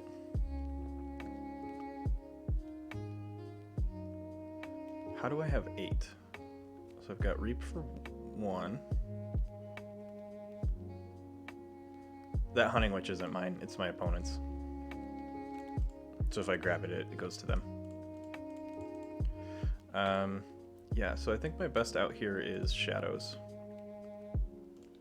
So we're gonna go Dust Chronicles. And I draw a bad penny, so.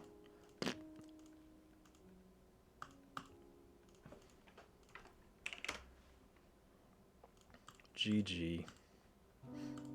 There's all my creatures, okay.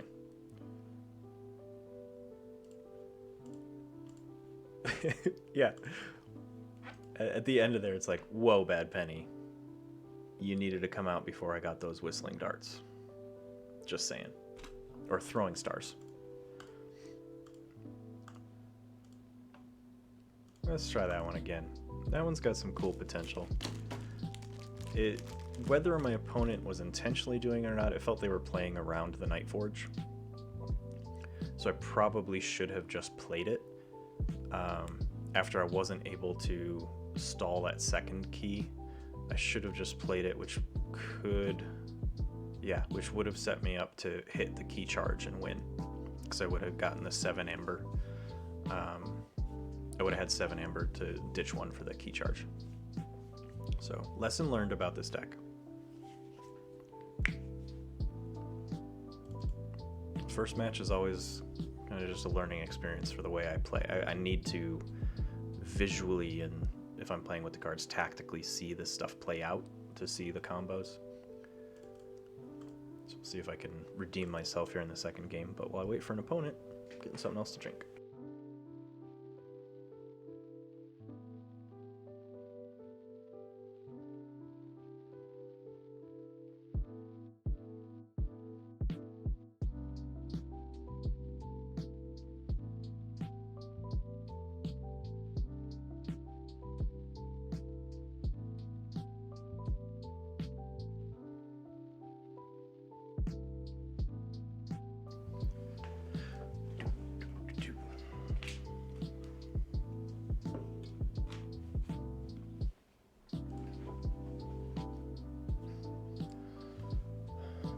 Pull up the deck. Let's see if I see anything else.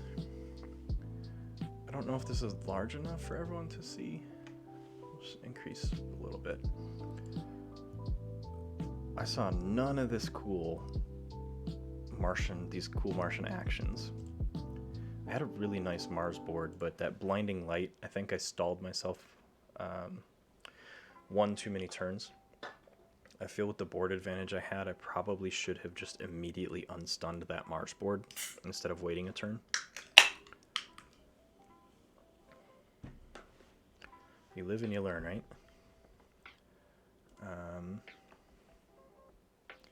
I didn't see any cool Untamed stuff. Gonna try this again. Let's refresh.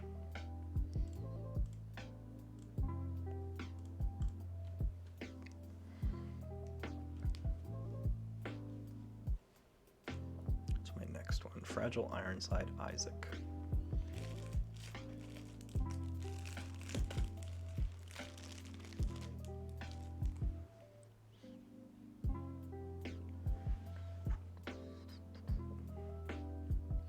The nice thing about these older decks not having enhancements is I don't have to unwrap them to play them.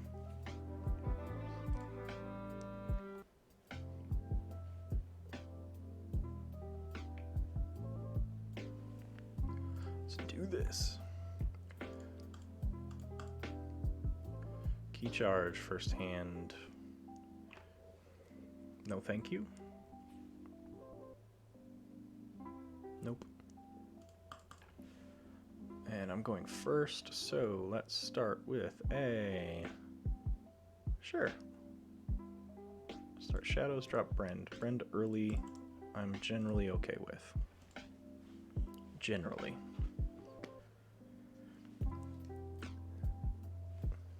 Oh man, Eureka. I don't know why, it's one of my favorite Logos cards ever. And I think it's just because it is a little bit of gambling. If you have a really big hand of Logos cards, it's gonna hurt. But it's just, I don't know. I like it. It's one of my only favorite alpha cards. Let's go Mars.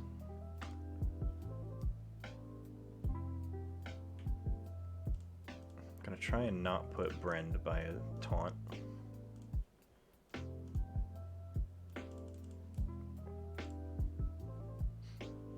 Having played on just large card size for so long, these extra large look ridiculous.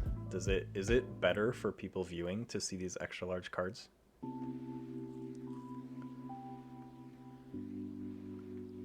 imagine it's just much easier to see what I'm doing and what I have. And then if I get my cursor here, if I spend the time to move my webcam up and like in this area, if I put my webcam just like centered but on the far right, vertically centered but on the far right, I think that would look much better.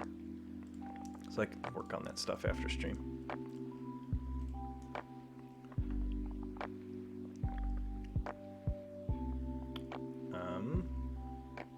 Wow, they are already on check. Untamed it is. Nox, Flaxia, regrowth for shits and giggles. Cool. Orion says he likes it, so final say.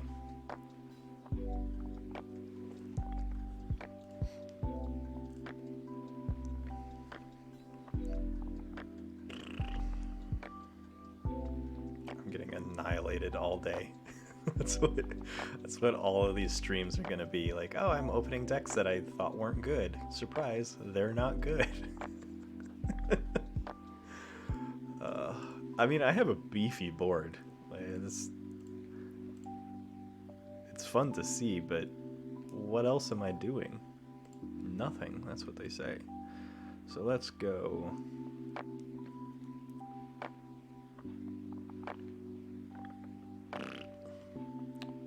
Untamed looks good. Drop a Nox, not gonna be full power, but away the Porcupine on that taunt creature. Persistence hunting, let's exhaust their logos. And then reap. Check at 7. Gotta write myself notes to remember what I was gonna adjust about my stream layout. And I gotta make sure I check my microphone, also somehow muting the music.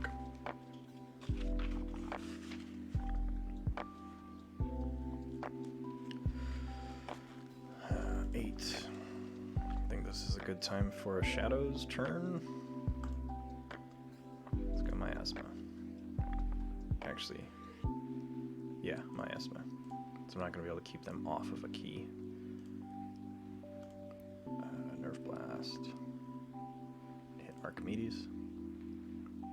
Throwing Stars. Fila is a nice one. Then Time Traveler, Fanghouse. Ooh, no. Then Brend, Fanghouse. Brend, Time Traveler? Sure. Throwing Stars, Time Traveler, Brend, Fanghouse. Dusk Chronicles. And Reap.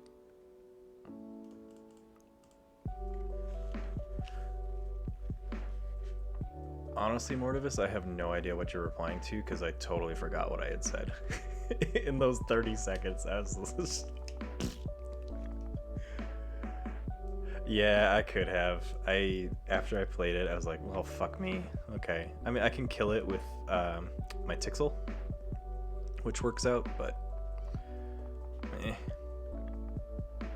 they're still gonna get a key out of it, but I do have Tixel, and that's what my brain was going to Tixel. Let's go yellow. Mars. Let's remove these stuns. Reap. Let's go Tixel. To the left. Hit Brend. Go to the right. Stormcrawler. Let's just build to the left for Mars, because that's what I've been doing all day. I guess technically Miasma keeps them off check, because they have to forge outside of their key phase. But if I hit Nerve Blast into Brend, I could have, yes. And then I could have saved my Miasma. So, these are the things that I don't see in the moment when I'm first testing a deck. But then by the time I'm veteran and have enough reps with that deck, then I see those things ahead of time, so I'm looking for them. And I'll stack and rearrange my hand to line up combos or orders of play that I'm looking at in turns, which you can't do online because it auto sorts your hand, which is frustrating. But well, I think there's no reason to go any house other than Mars right now. I'm trying to... They don't have anything that would penalize me for going way above checkmate, so Mars it is. Collector Worm, Reap for 2 amber. Reap. Reap. And Reap. And Reap. And Reap. And Reap. To grab Dominator into the archives. Give him a little heal. For the glory of Mars!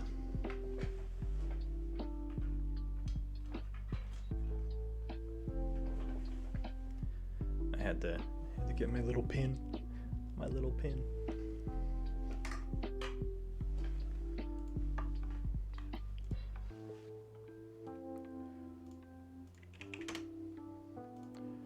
Good lord. Flaxy would be a fun archive as well. Cool. This deck's got some cool stuff. Let's keep running with it. Where am I? Calmly Topaz Payroll. To be honest, I hated Think Drone for the longest time. And I think it's because I was thinking so unilaterally. I was thinking, well, why would I want to archive my creature that's already out? And then I started like, oh, well, I can pull it back and it'll technically be healed, or something that has a good play effect I can use multiple times. And then that extended to, oh, I can pull like Flaxia's back, or I can pull Time Traveler's back. And then my gears started turning, and then I really warmed up to really enjoying Think Drone. It's such a good card. That is not a good hand. Key Charge and Miasma. No, thank you.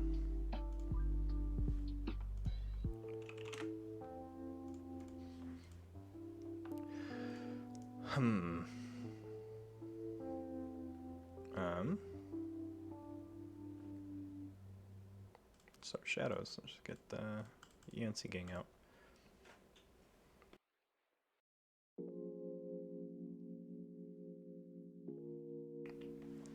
Yeah, and I think part of my hatred for Think Drone was because Think Drone was in a lot of decks that I owned that didn't have play effects. So I think that's why I, in my head, had the thought, like, what good is he in other decks? And healing. But past that, I was like, oh, yeah, I can see what we're doing here. Okay. And I'm going to go Mars. Let's go Dominator. Tixel, hit you.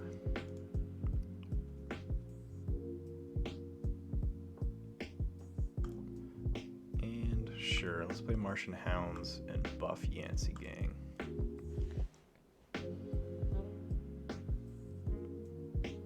Exactly, I think so many people don't have even a decent deck for Think Drone, not necessarily a great one. So they dismiss it, and then they start seeing you abusing it, and they're like, oh fuck, I've already given you 3 turns of uses of him. I don't mind that Vault Keeper, to be honest, because I don't have a lot of steel. Really any steel. Other than Brend and Yancey.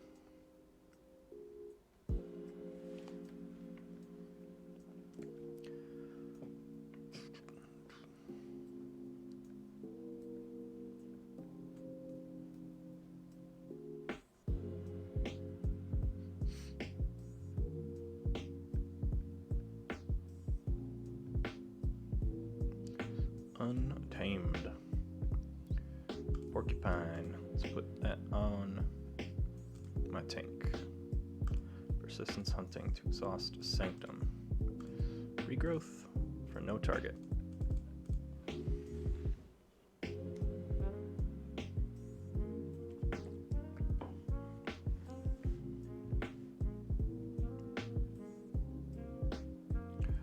How dare you? How dare you? Untamed for a Nox and a Marmo Swarm.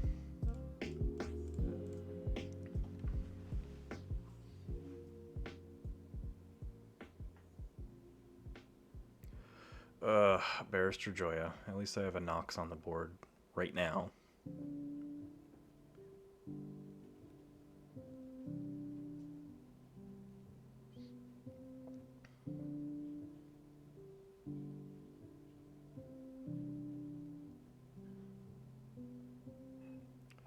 Son of a bitch. Just... How? I never get that lucky online. I get that lucky with those discards with Orion in person, but never online. Okay. Well, this Barrister needs to die, but they have elusive, so... What to do? Shadow seems like a good turn. Dust Chronicles. Whistling Darts. And since I can't steal because of Vault Keeper...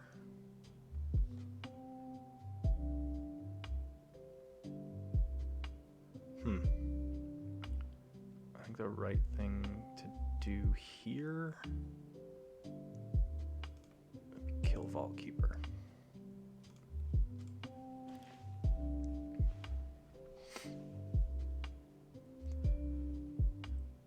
And then here comes the glorious Mars.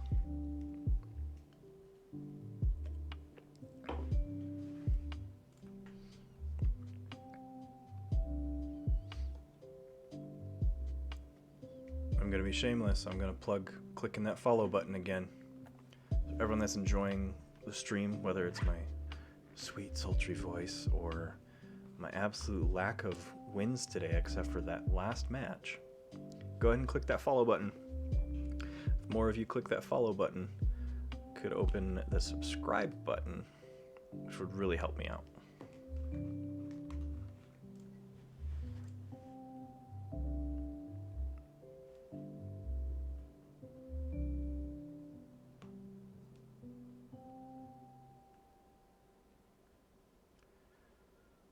Cinder, Soul Fiddle.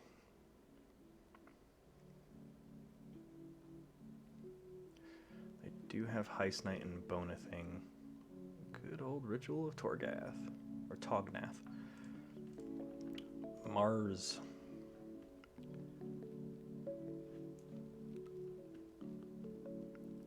Let's go Shockworm. Then Dominator.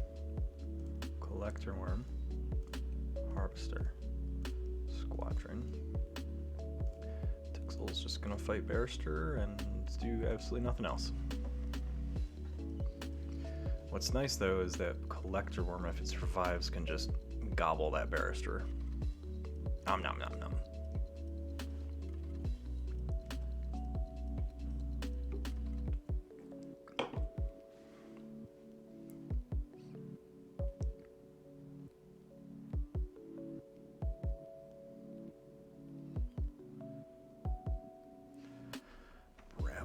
Who are they gonna Soul Fiddle? Yep, smart choice.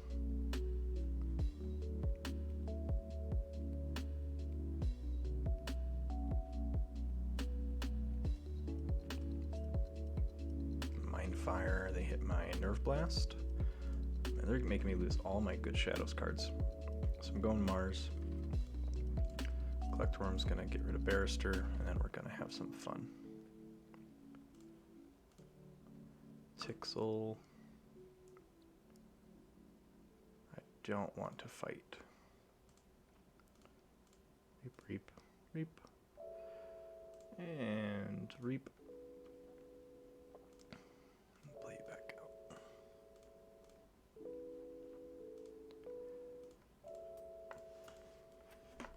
I just want them to put an elusive out so I can cheese this Xanthix Harvesters and rage off.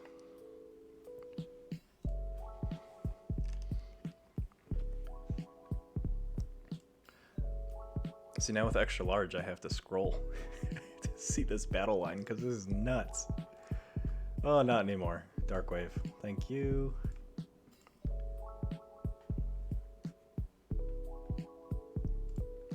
Do they have anything to punish going way above 6?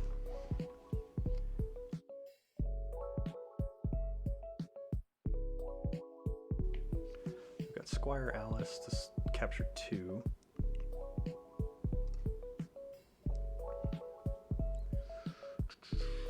They have break key if I get too far ahead, but none of that penalizes me for having a lot of amber. Food delivery, you mean you got your ass handed to you in this game? What? No, they were way ahead of me on pacing, but I was getting a much better board state. But a win is a win. So let's go ahead and go into game 3 with Calmly Topaz Payroll. Actually, did I already play 3? I'm seeing 2. I already played 3, so we're moving on to the next deck. Fragile Ironside Isaac. Well, that's why the board was so big. I had the zoom in still. We are looking at Brobnar Mars Sanctum, Double Foozle, Double Gargantus Scrapper, King of the Crag. Okay, so I hope I face other Brobnar decks. Hypno Beam's fun. Another Mother Gun with Mindworm. 2 Beam Bucklers. So this is like, this whole list is just highlighting why a lot of my Mars decks out of AOA didn't see a lot of play. Because they were almost the exact same deck list in every single deck. And I just picked the one that had the best. I just had the best other supporting houses. Sanctum Guardian, Prothace the Fierce. I have never seen this guy. That's some awesome art. Taunt Hazardous 4. That's cool. Alright.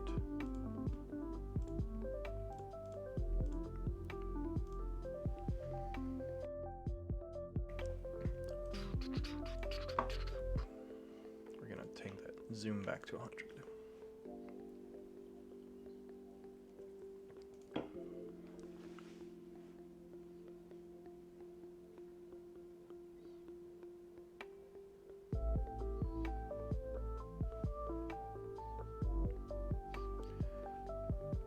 Let's do this. Leroy Jenkins.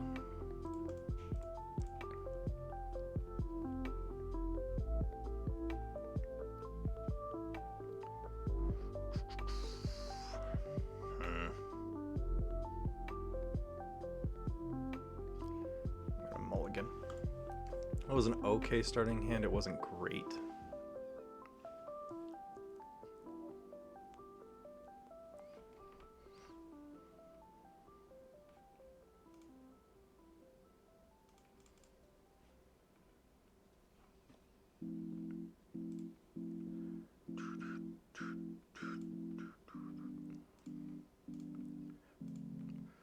Good old mother.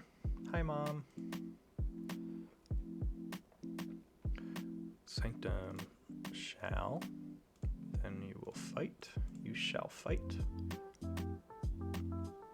And sure, let's go ahead and then heal Mother and put myself at 3, which turns my Gargantus Scrapper online.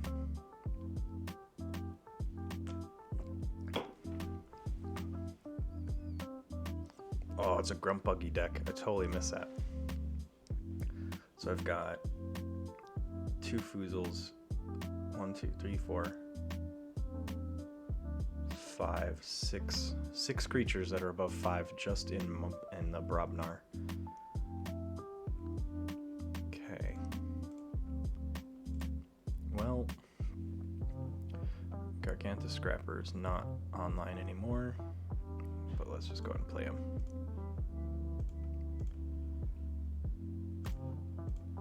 Let's drop that Grumpbuggy. Save that, burn the stockpile.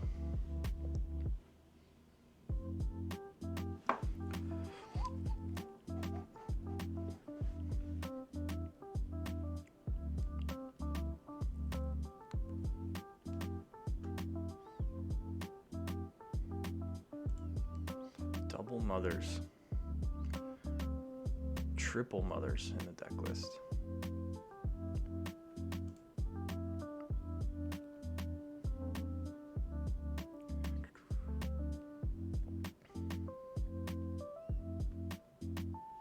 Let's go Sanctum.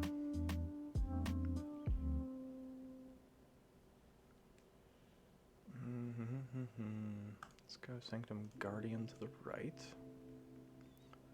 Let's play Seraphic Armor on Shal to fully heal. And then I'll Reap.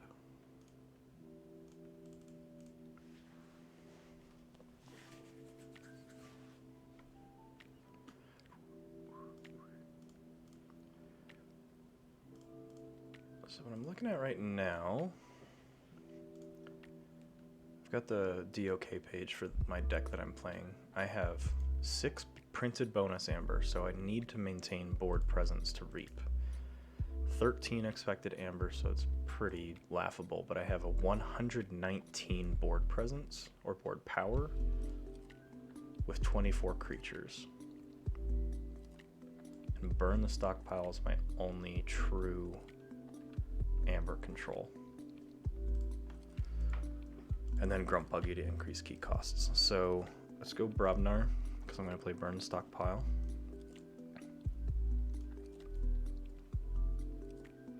And then a 1-2 punch to stun that mother. And I'm just going to Reap. Play this other Foozle over there.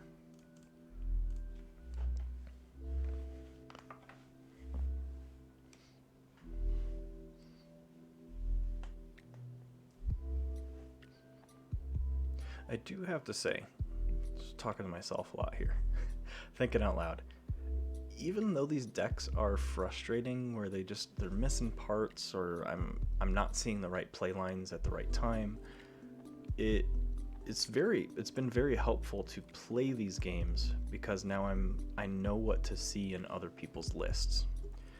Whether or not I remember that long term or not, that's a different story. But Hypno Beaming this Hunting Witch seems like a really fun idea. But I also could just kill it and then Hypno Beam a mother. So if I go Brobnar and use the Scrapper to kill Hunting Witch, these Foozles will reap 2 each. And then I King of the Crag to put key cost to 10. Yeah.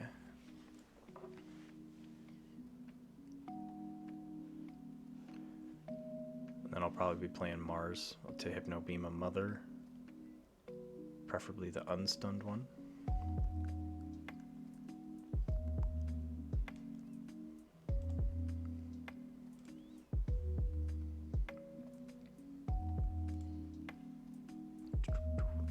Good old piranha monkeys.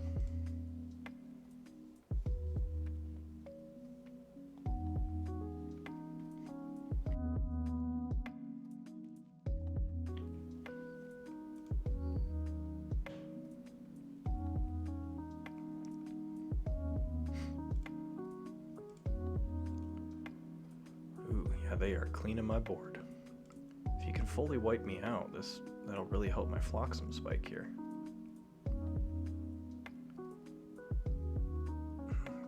Blue key,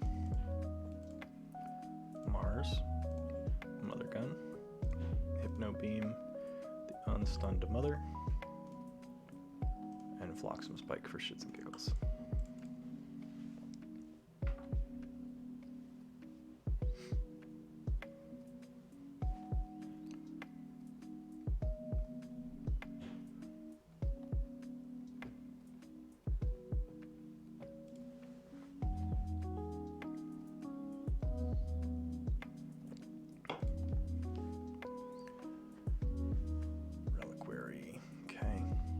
Standard Call the Archons artifacts for Sanctum.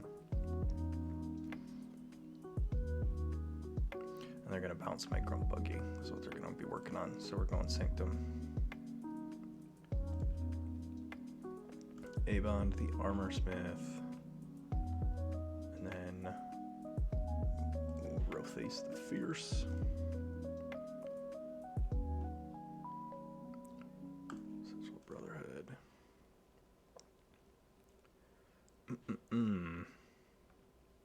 That Bulwark came at a really good time because I was going to knock out those Piranha Monkeys. So I'm going to Reap. And I'm going to Smite with this. Ooh.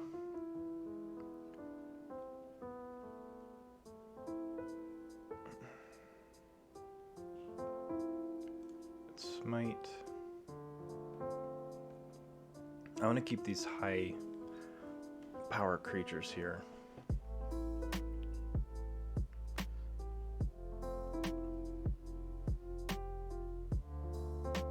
Sure, so let's Smite with Rothace and hit Piranha Monkeys. Or should I hit Piranha Monkeys?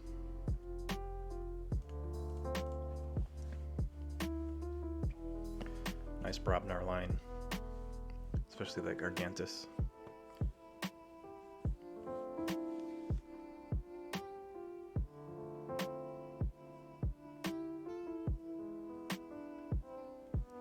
Good Reap control here with Little Rapskull, so I'll probably dump Little Rapskull next to Rothace if he survives.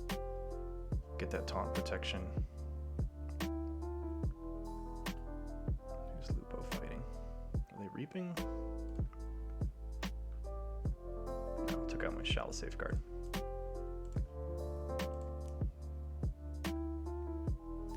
So yeah, let's go Brobnar. Let's drop this.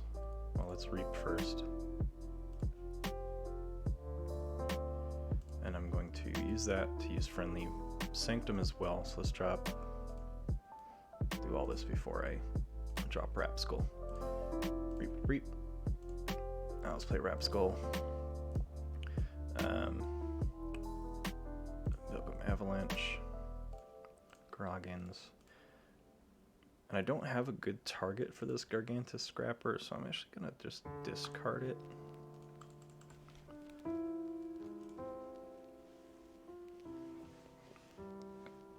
All kinds of Mars there, so that's a really good Mother Gun.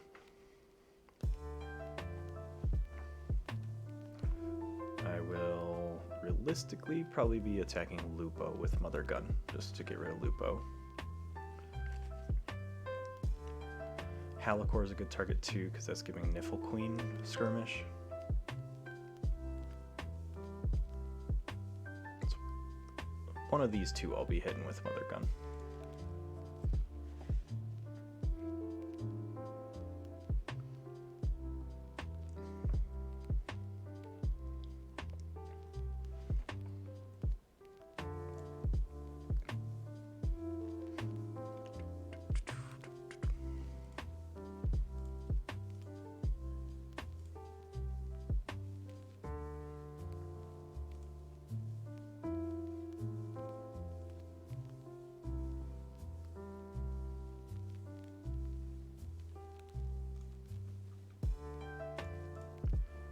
I'm at 8 of 10.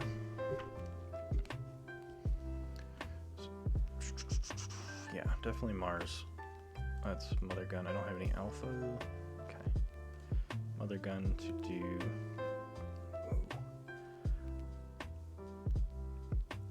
I can hit Halicore with Tixel, so I'm just gonna do 5 into Lupo.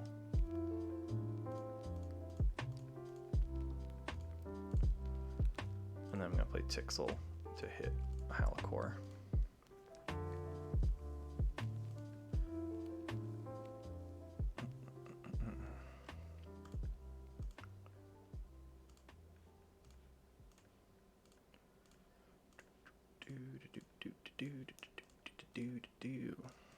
I'm going to check at 8 of 8.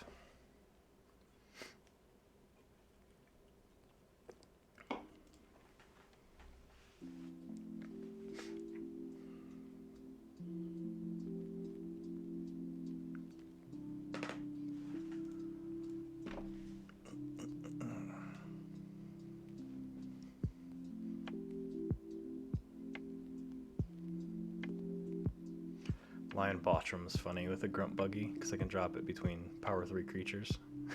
Make them both +5, or power 5 +2.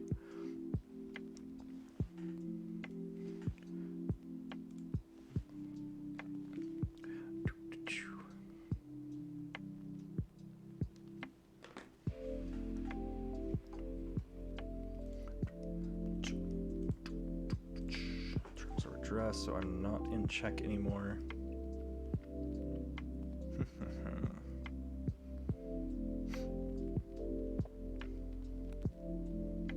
Sanctum is looking good.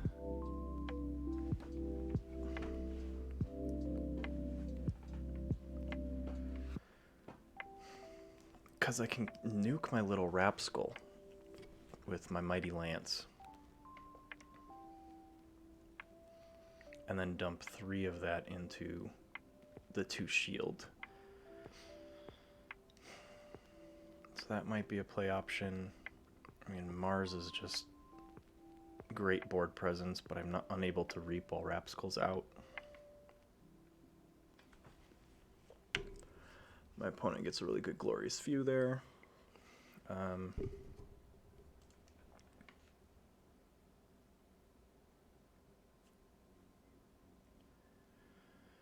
Yeah, I can play Mars and keep them off check. So let's go Mars. Let's drop Mother Gun. Ixley Marauder.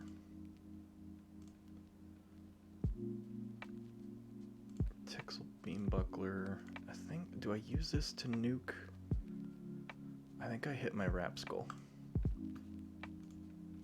And then I reap. Let's stun Mother, and then stun Maxina. Mindworm. Remove stun, and reap.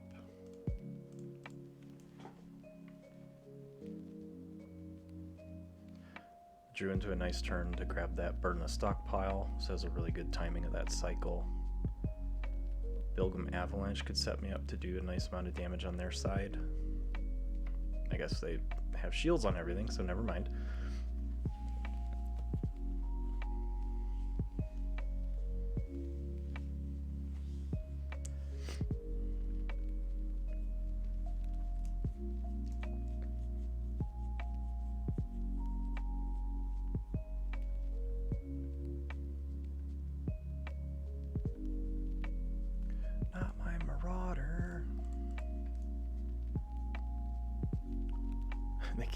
They keep bouncing that Mother Gun. They're so scared of that Mother Gun. Skabrabnar. Burn that stockpile. And Groggins can fight. First, let's go Avalanche and Grok. Let's keep bringing that key cost up. They don't have Brobnar, so I really don't need to hold this King of the Crag. I'm gonna get rid of that Bulwark, and then Groggins will fight that Maxina. I'm at 8 of 8.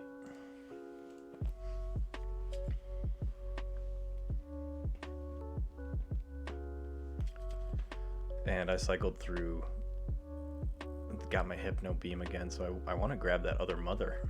I just want to be like, yoink, she's my mom now.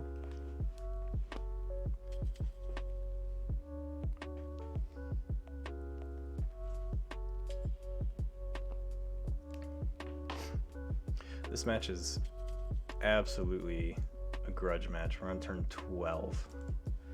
So I'll probably only give this one rep because I did want to play through all 5. Excuse me, all 5 decks that I prepped for today.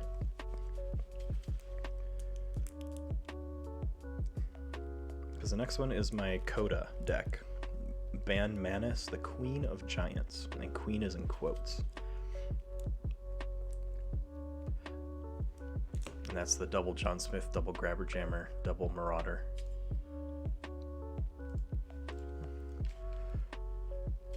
Could be great, could be terrible.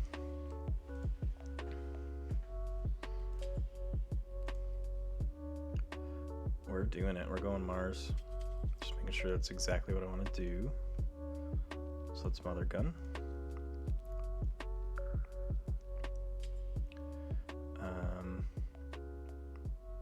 Hypno Beam. Mother. Put you on the right. Xanthix Harvester to the left. Reap. Stun Mother. And stun... Stun Raiding Knight, sure. What else do I have? Then Reap.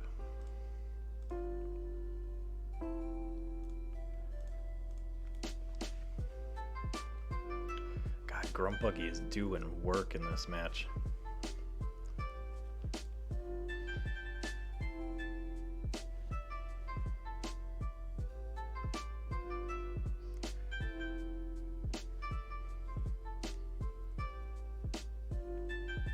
Sanctum looks like a really cool playline here. Because I could Mighty Lance the Groke, but that would kill one of my Xanthix Harvesters. But then it would turn the other Harvester online.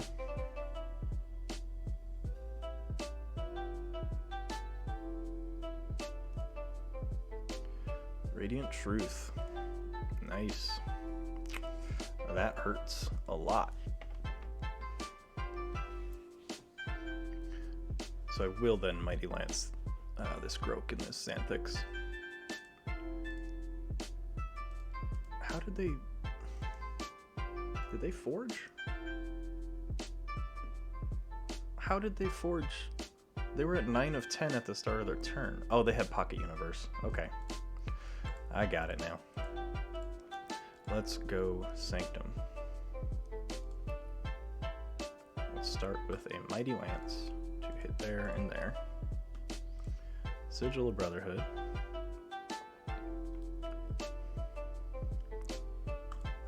Lion Botrom is going to deploy into there. Make those 6s. And then we're just going to build to the right.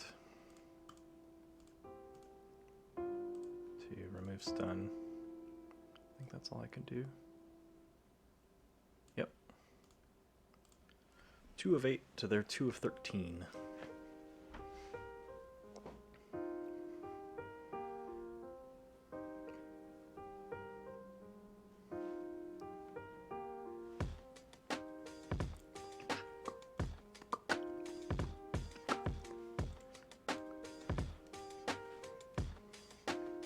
Do they have a cleansing wave? That would be gross if they did. There's so much damage on the board. They don't.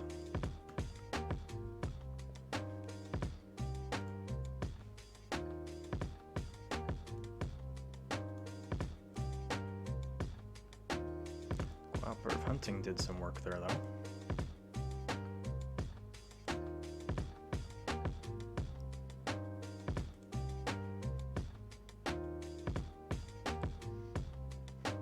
I think Sanctum's going to be my best bet.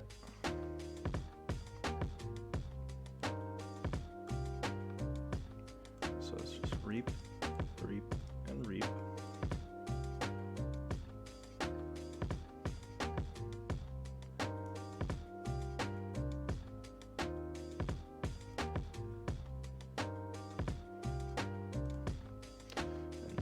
Smite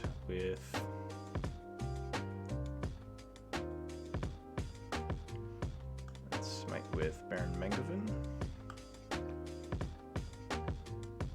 Right there. To put me at 7 of 6 checkmate.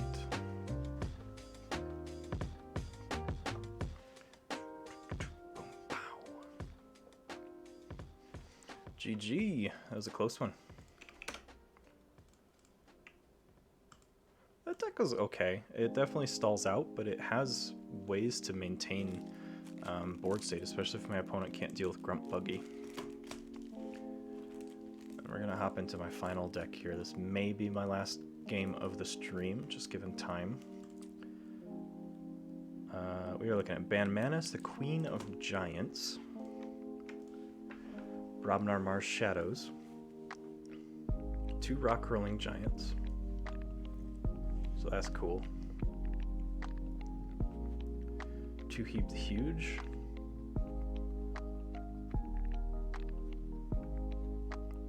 lots of board damage. So I've got Heap the Huge, Rock Rolling Giants, Ammonia Clouds, Orbital Bombardment,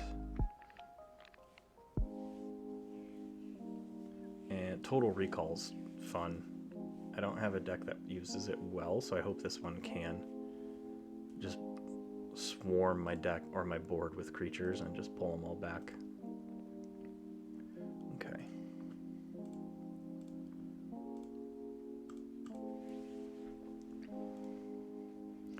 Start the game.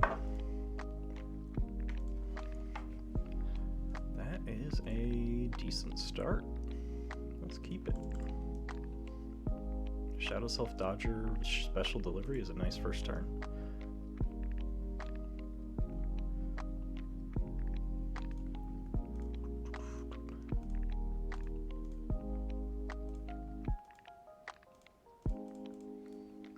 Into a treasure map. All right.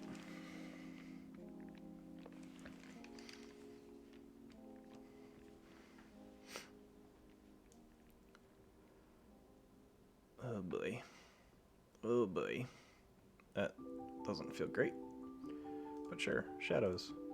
Treasure map. Remove stun. Remove stun. And let's just start hitting damage into Barrister.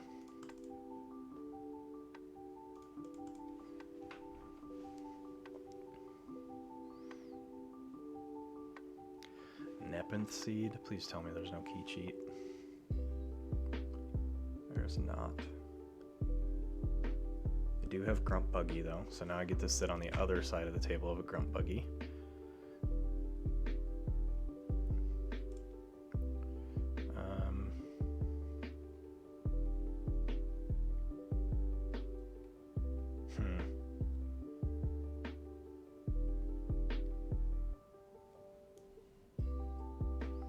Let's go Brobnar to put blood money on Darna and drop Heap the Huge, because why not?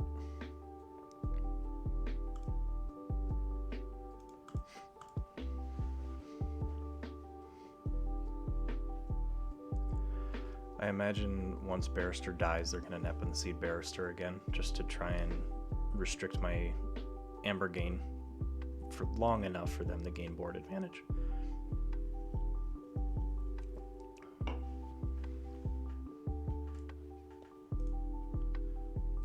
Bramo. Yep, I'm gonna lose this one flamboyantly. It's not even close. Okay. Okay. Sure. Brobnar. Let's go ahead and kill Barrister and War Drummer. They're just gonna Nepenthe Barrister back out. Waiting for them to click that Untamed turn. I guess it doesn't even need to be Untamed because it's Omni.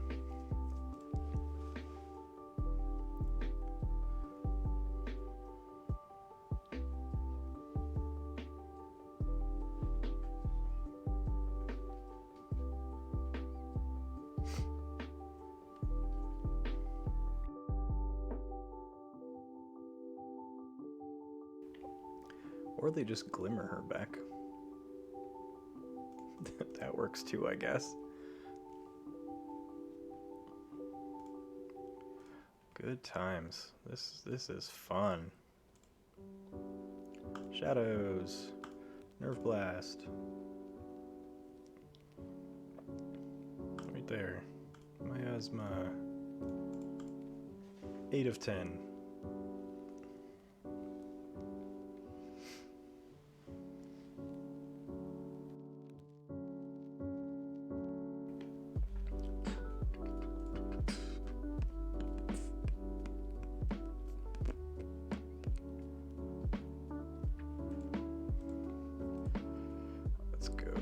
Brobnar. Rock Hurling Giant. Sound the Horns. Rock Hurling Giant. Let's go ahead and fight into... Sure, Barrister Joya. 9 of 11.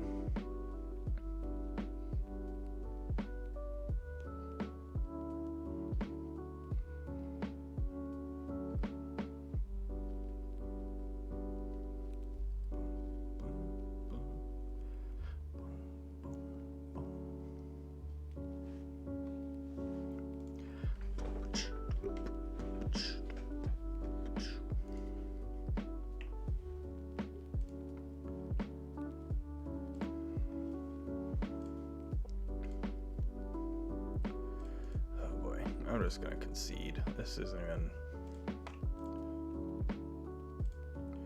not even worth playing out. Their board was absolutely ridiculous. So let's give this another shot. There's no coming back from that, especially with what I had in my hand. I was playing maximum of 2 creatures a turn, and then my opponent just going to kill them every turn. So in that deck, I don't think it has a board wipe. It does. What is it? What is it considering the board wipe, though? Ammonia Clouds? No, thank you. That is not a board wipe against a Brobnar deck. So I have time for one more.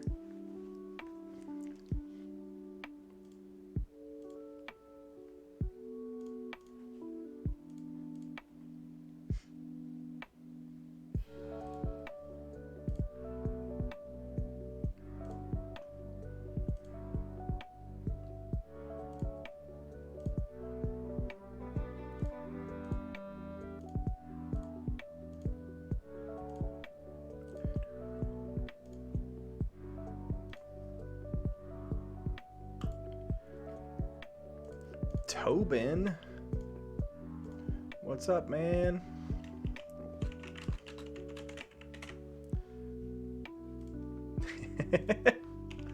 Another semi-local player. It's all about the Colorado crew today. I'm gonna keep it. Let's go Rock Hurling Giant. He's green. He has won an online TCO tournament. Congrats to you.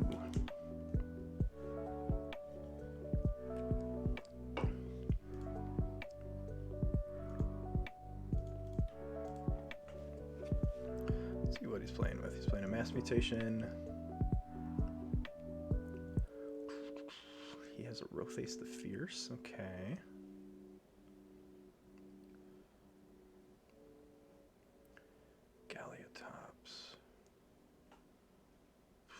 Keyforge. Okay. Another Barrister Joya. I think Reap Control is prominent right now. So let's go. Grabber Jammer, or Jammer Pack. Let's get all that Mars out.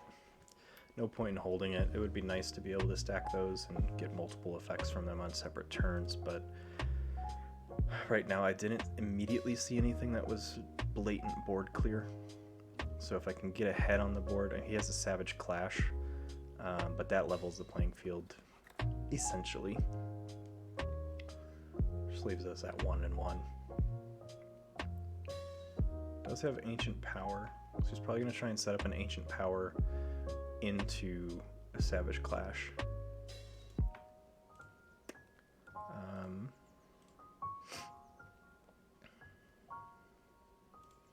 Let's go Shadows, Shadow Self, Umbra, Urchin, Nerve Blast to hit. There.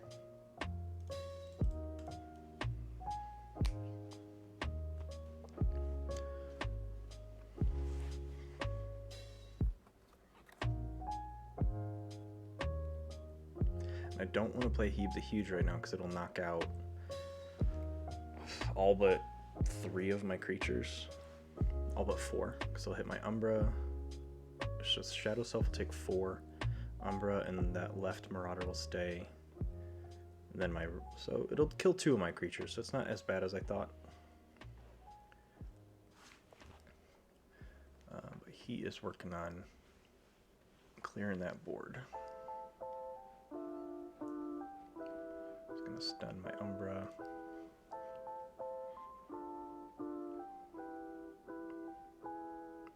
Let's go Mars. Orbital Bombardment to hit 2, kill this guy. Biomatrix backup on my Marauder. Grabber Jammer. And let's check at 6.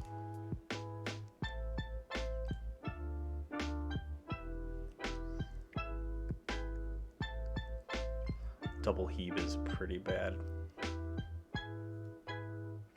Pretty bad.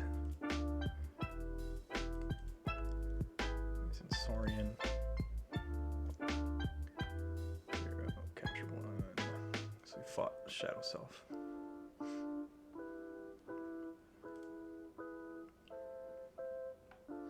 Not my giant.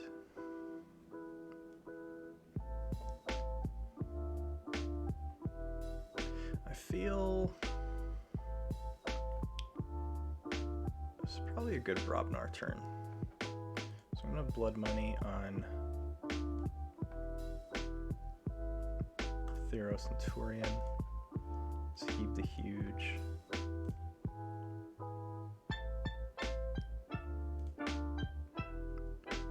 Heap the Huge, and then Fire Spitter.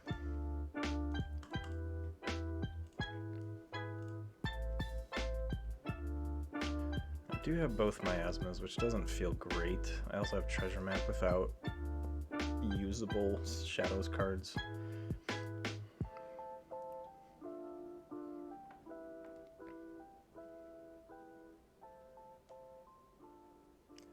You just bounce the Faust. Yeah. Good old Dark Harbinger. Dark Harbinger decks are fun. I gave Orion shit for it earlier because he's got a really good Dark Harbinger deck, but they're pretty fun.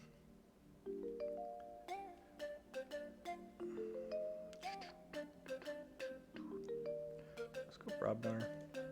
Play War Song. Because I am going to fight a lot, so I'm going to have Fire Spitter fight Dark Harbinger. Have this Heeb fight the Thero, and then have this Heeb fight the Dark Fairy. 12 of 6.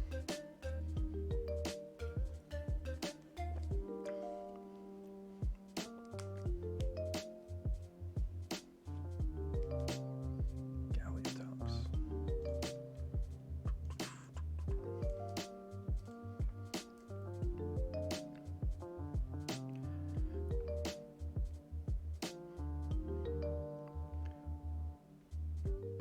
Blue key. I'm going to push Shadows here. I'm just going to play this Treasure Map and discard a Miasma and discard a Dodger. Clear my hand a little bit, bluff that I don't have the other Miasma, or that I think I'm far enough ahead I don't need it.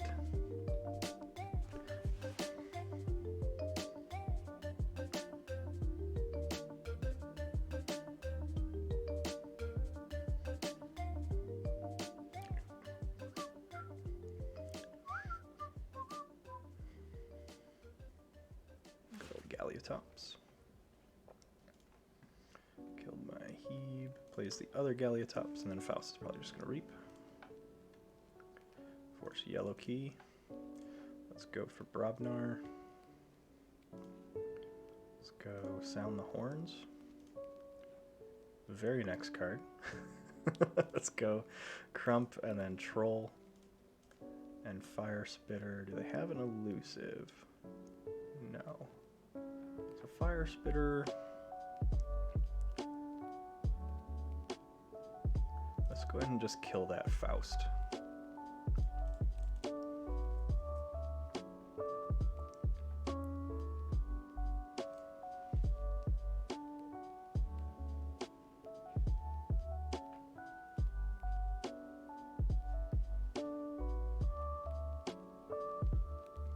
This deck actually is surprising me. This is definitely in the I'm intrigued pile.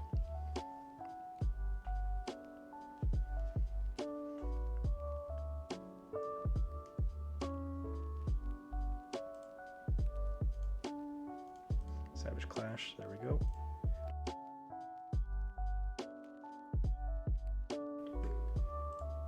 Yep, there's the Key Frog.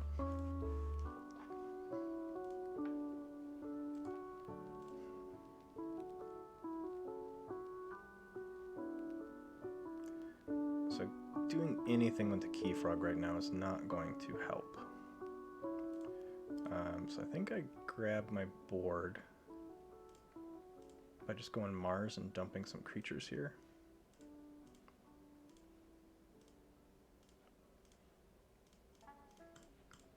See if I can get some use out of them. If not, I've got a decent Shadow's Hand.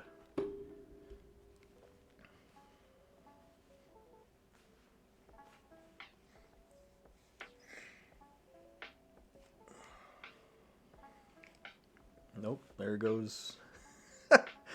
Oh, fucking Opal Knight. That was a good one. Okay.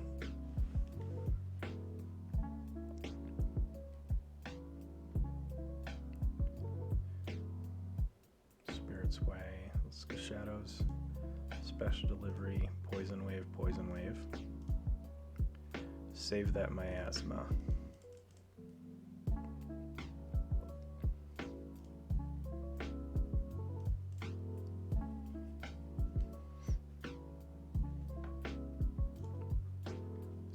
Tamed. What's he got? Fandangle. Okay.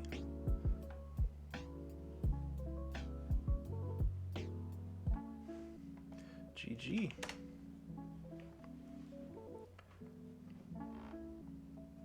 Leave game. All right. I think that's a great point for me to stop. If I queue for another one, I'm going to be cursed with it being a 45-minute match. So honestly, I've been having a lot of fun just dipping into a lot of older decks and seeing what they do. And some decks are warranting a little extra look-see. But next weekend, I'll probably do the same thing. I don't know if I'll stick with Mars only. I might just find a different theme. Maybe off the cuff, maybe decks that have either Legacy or Mavericks. Who knows?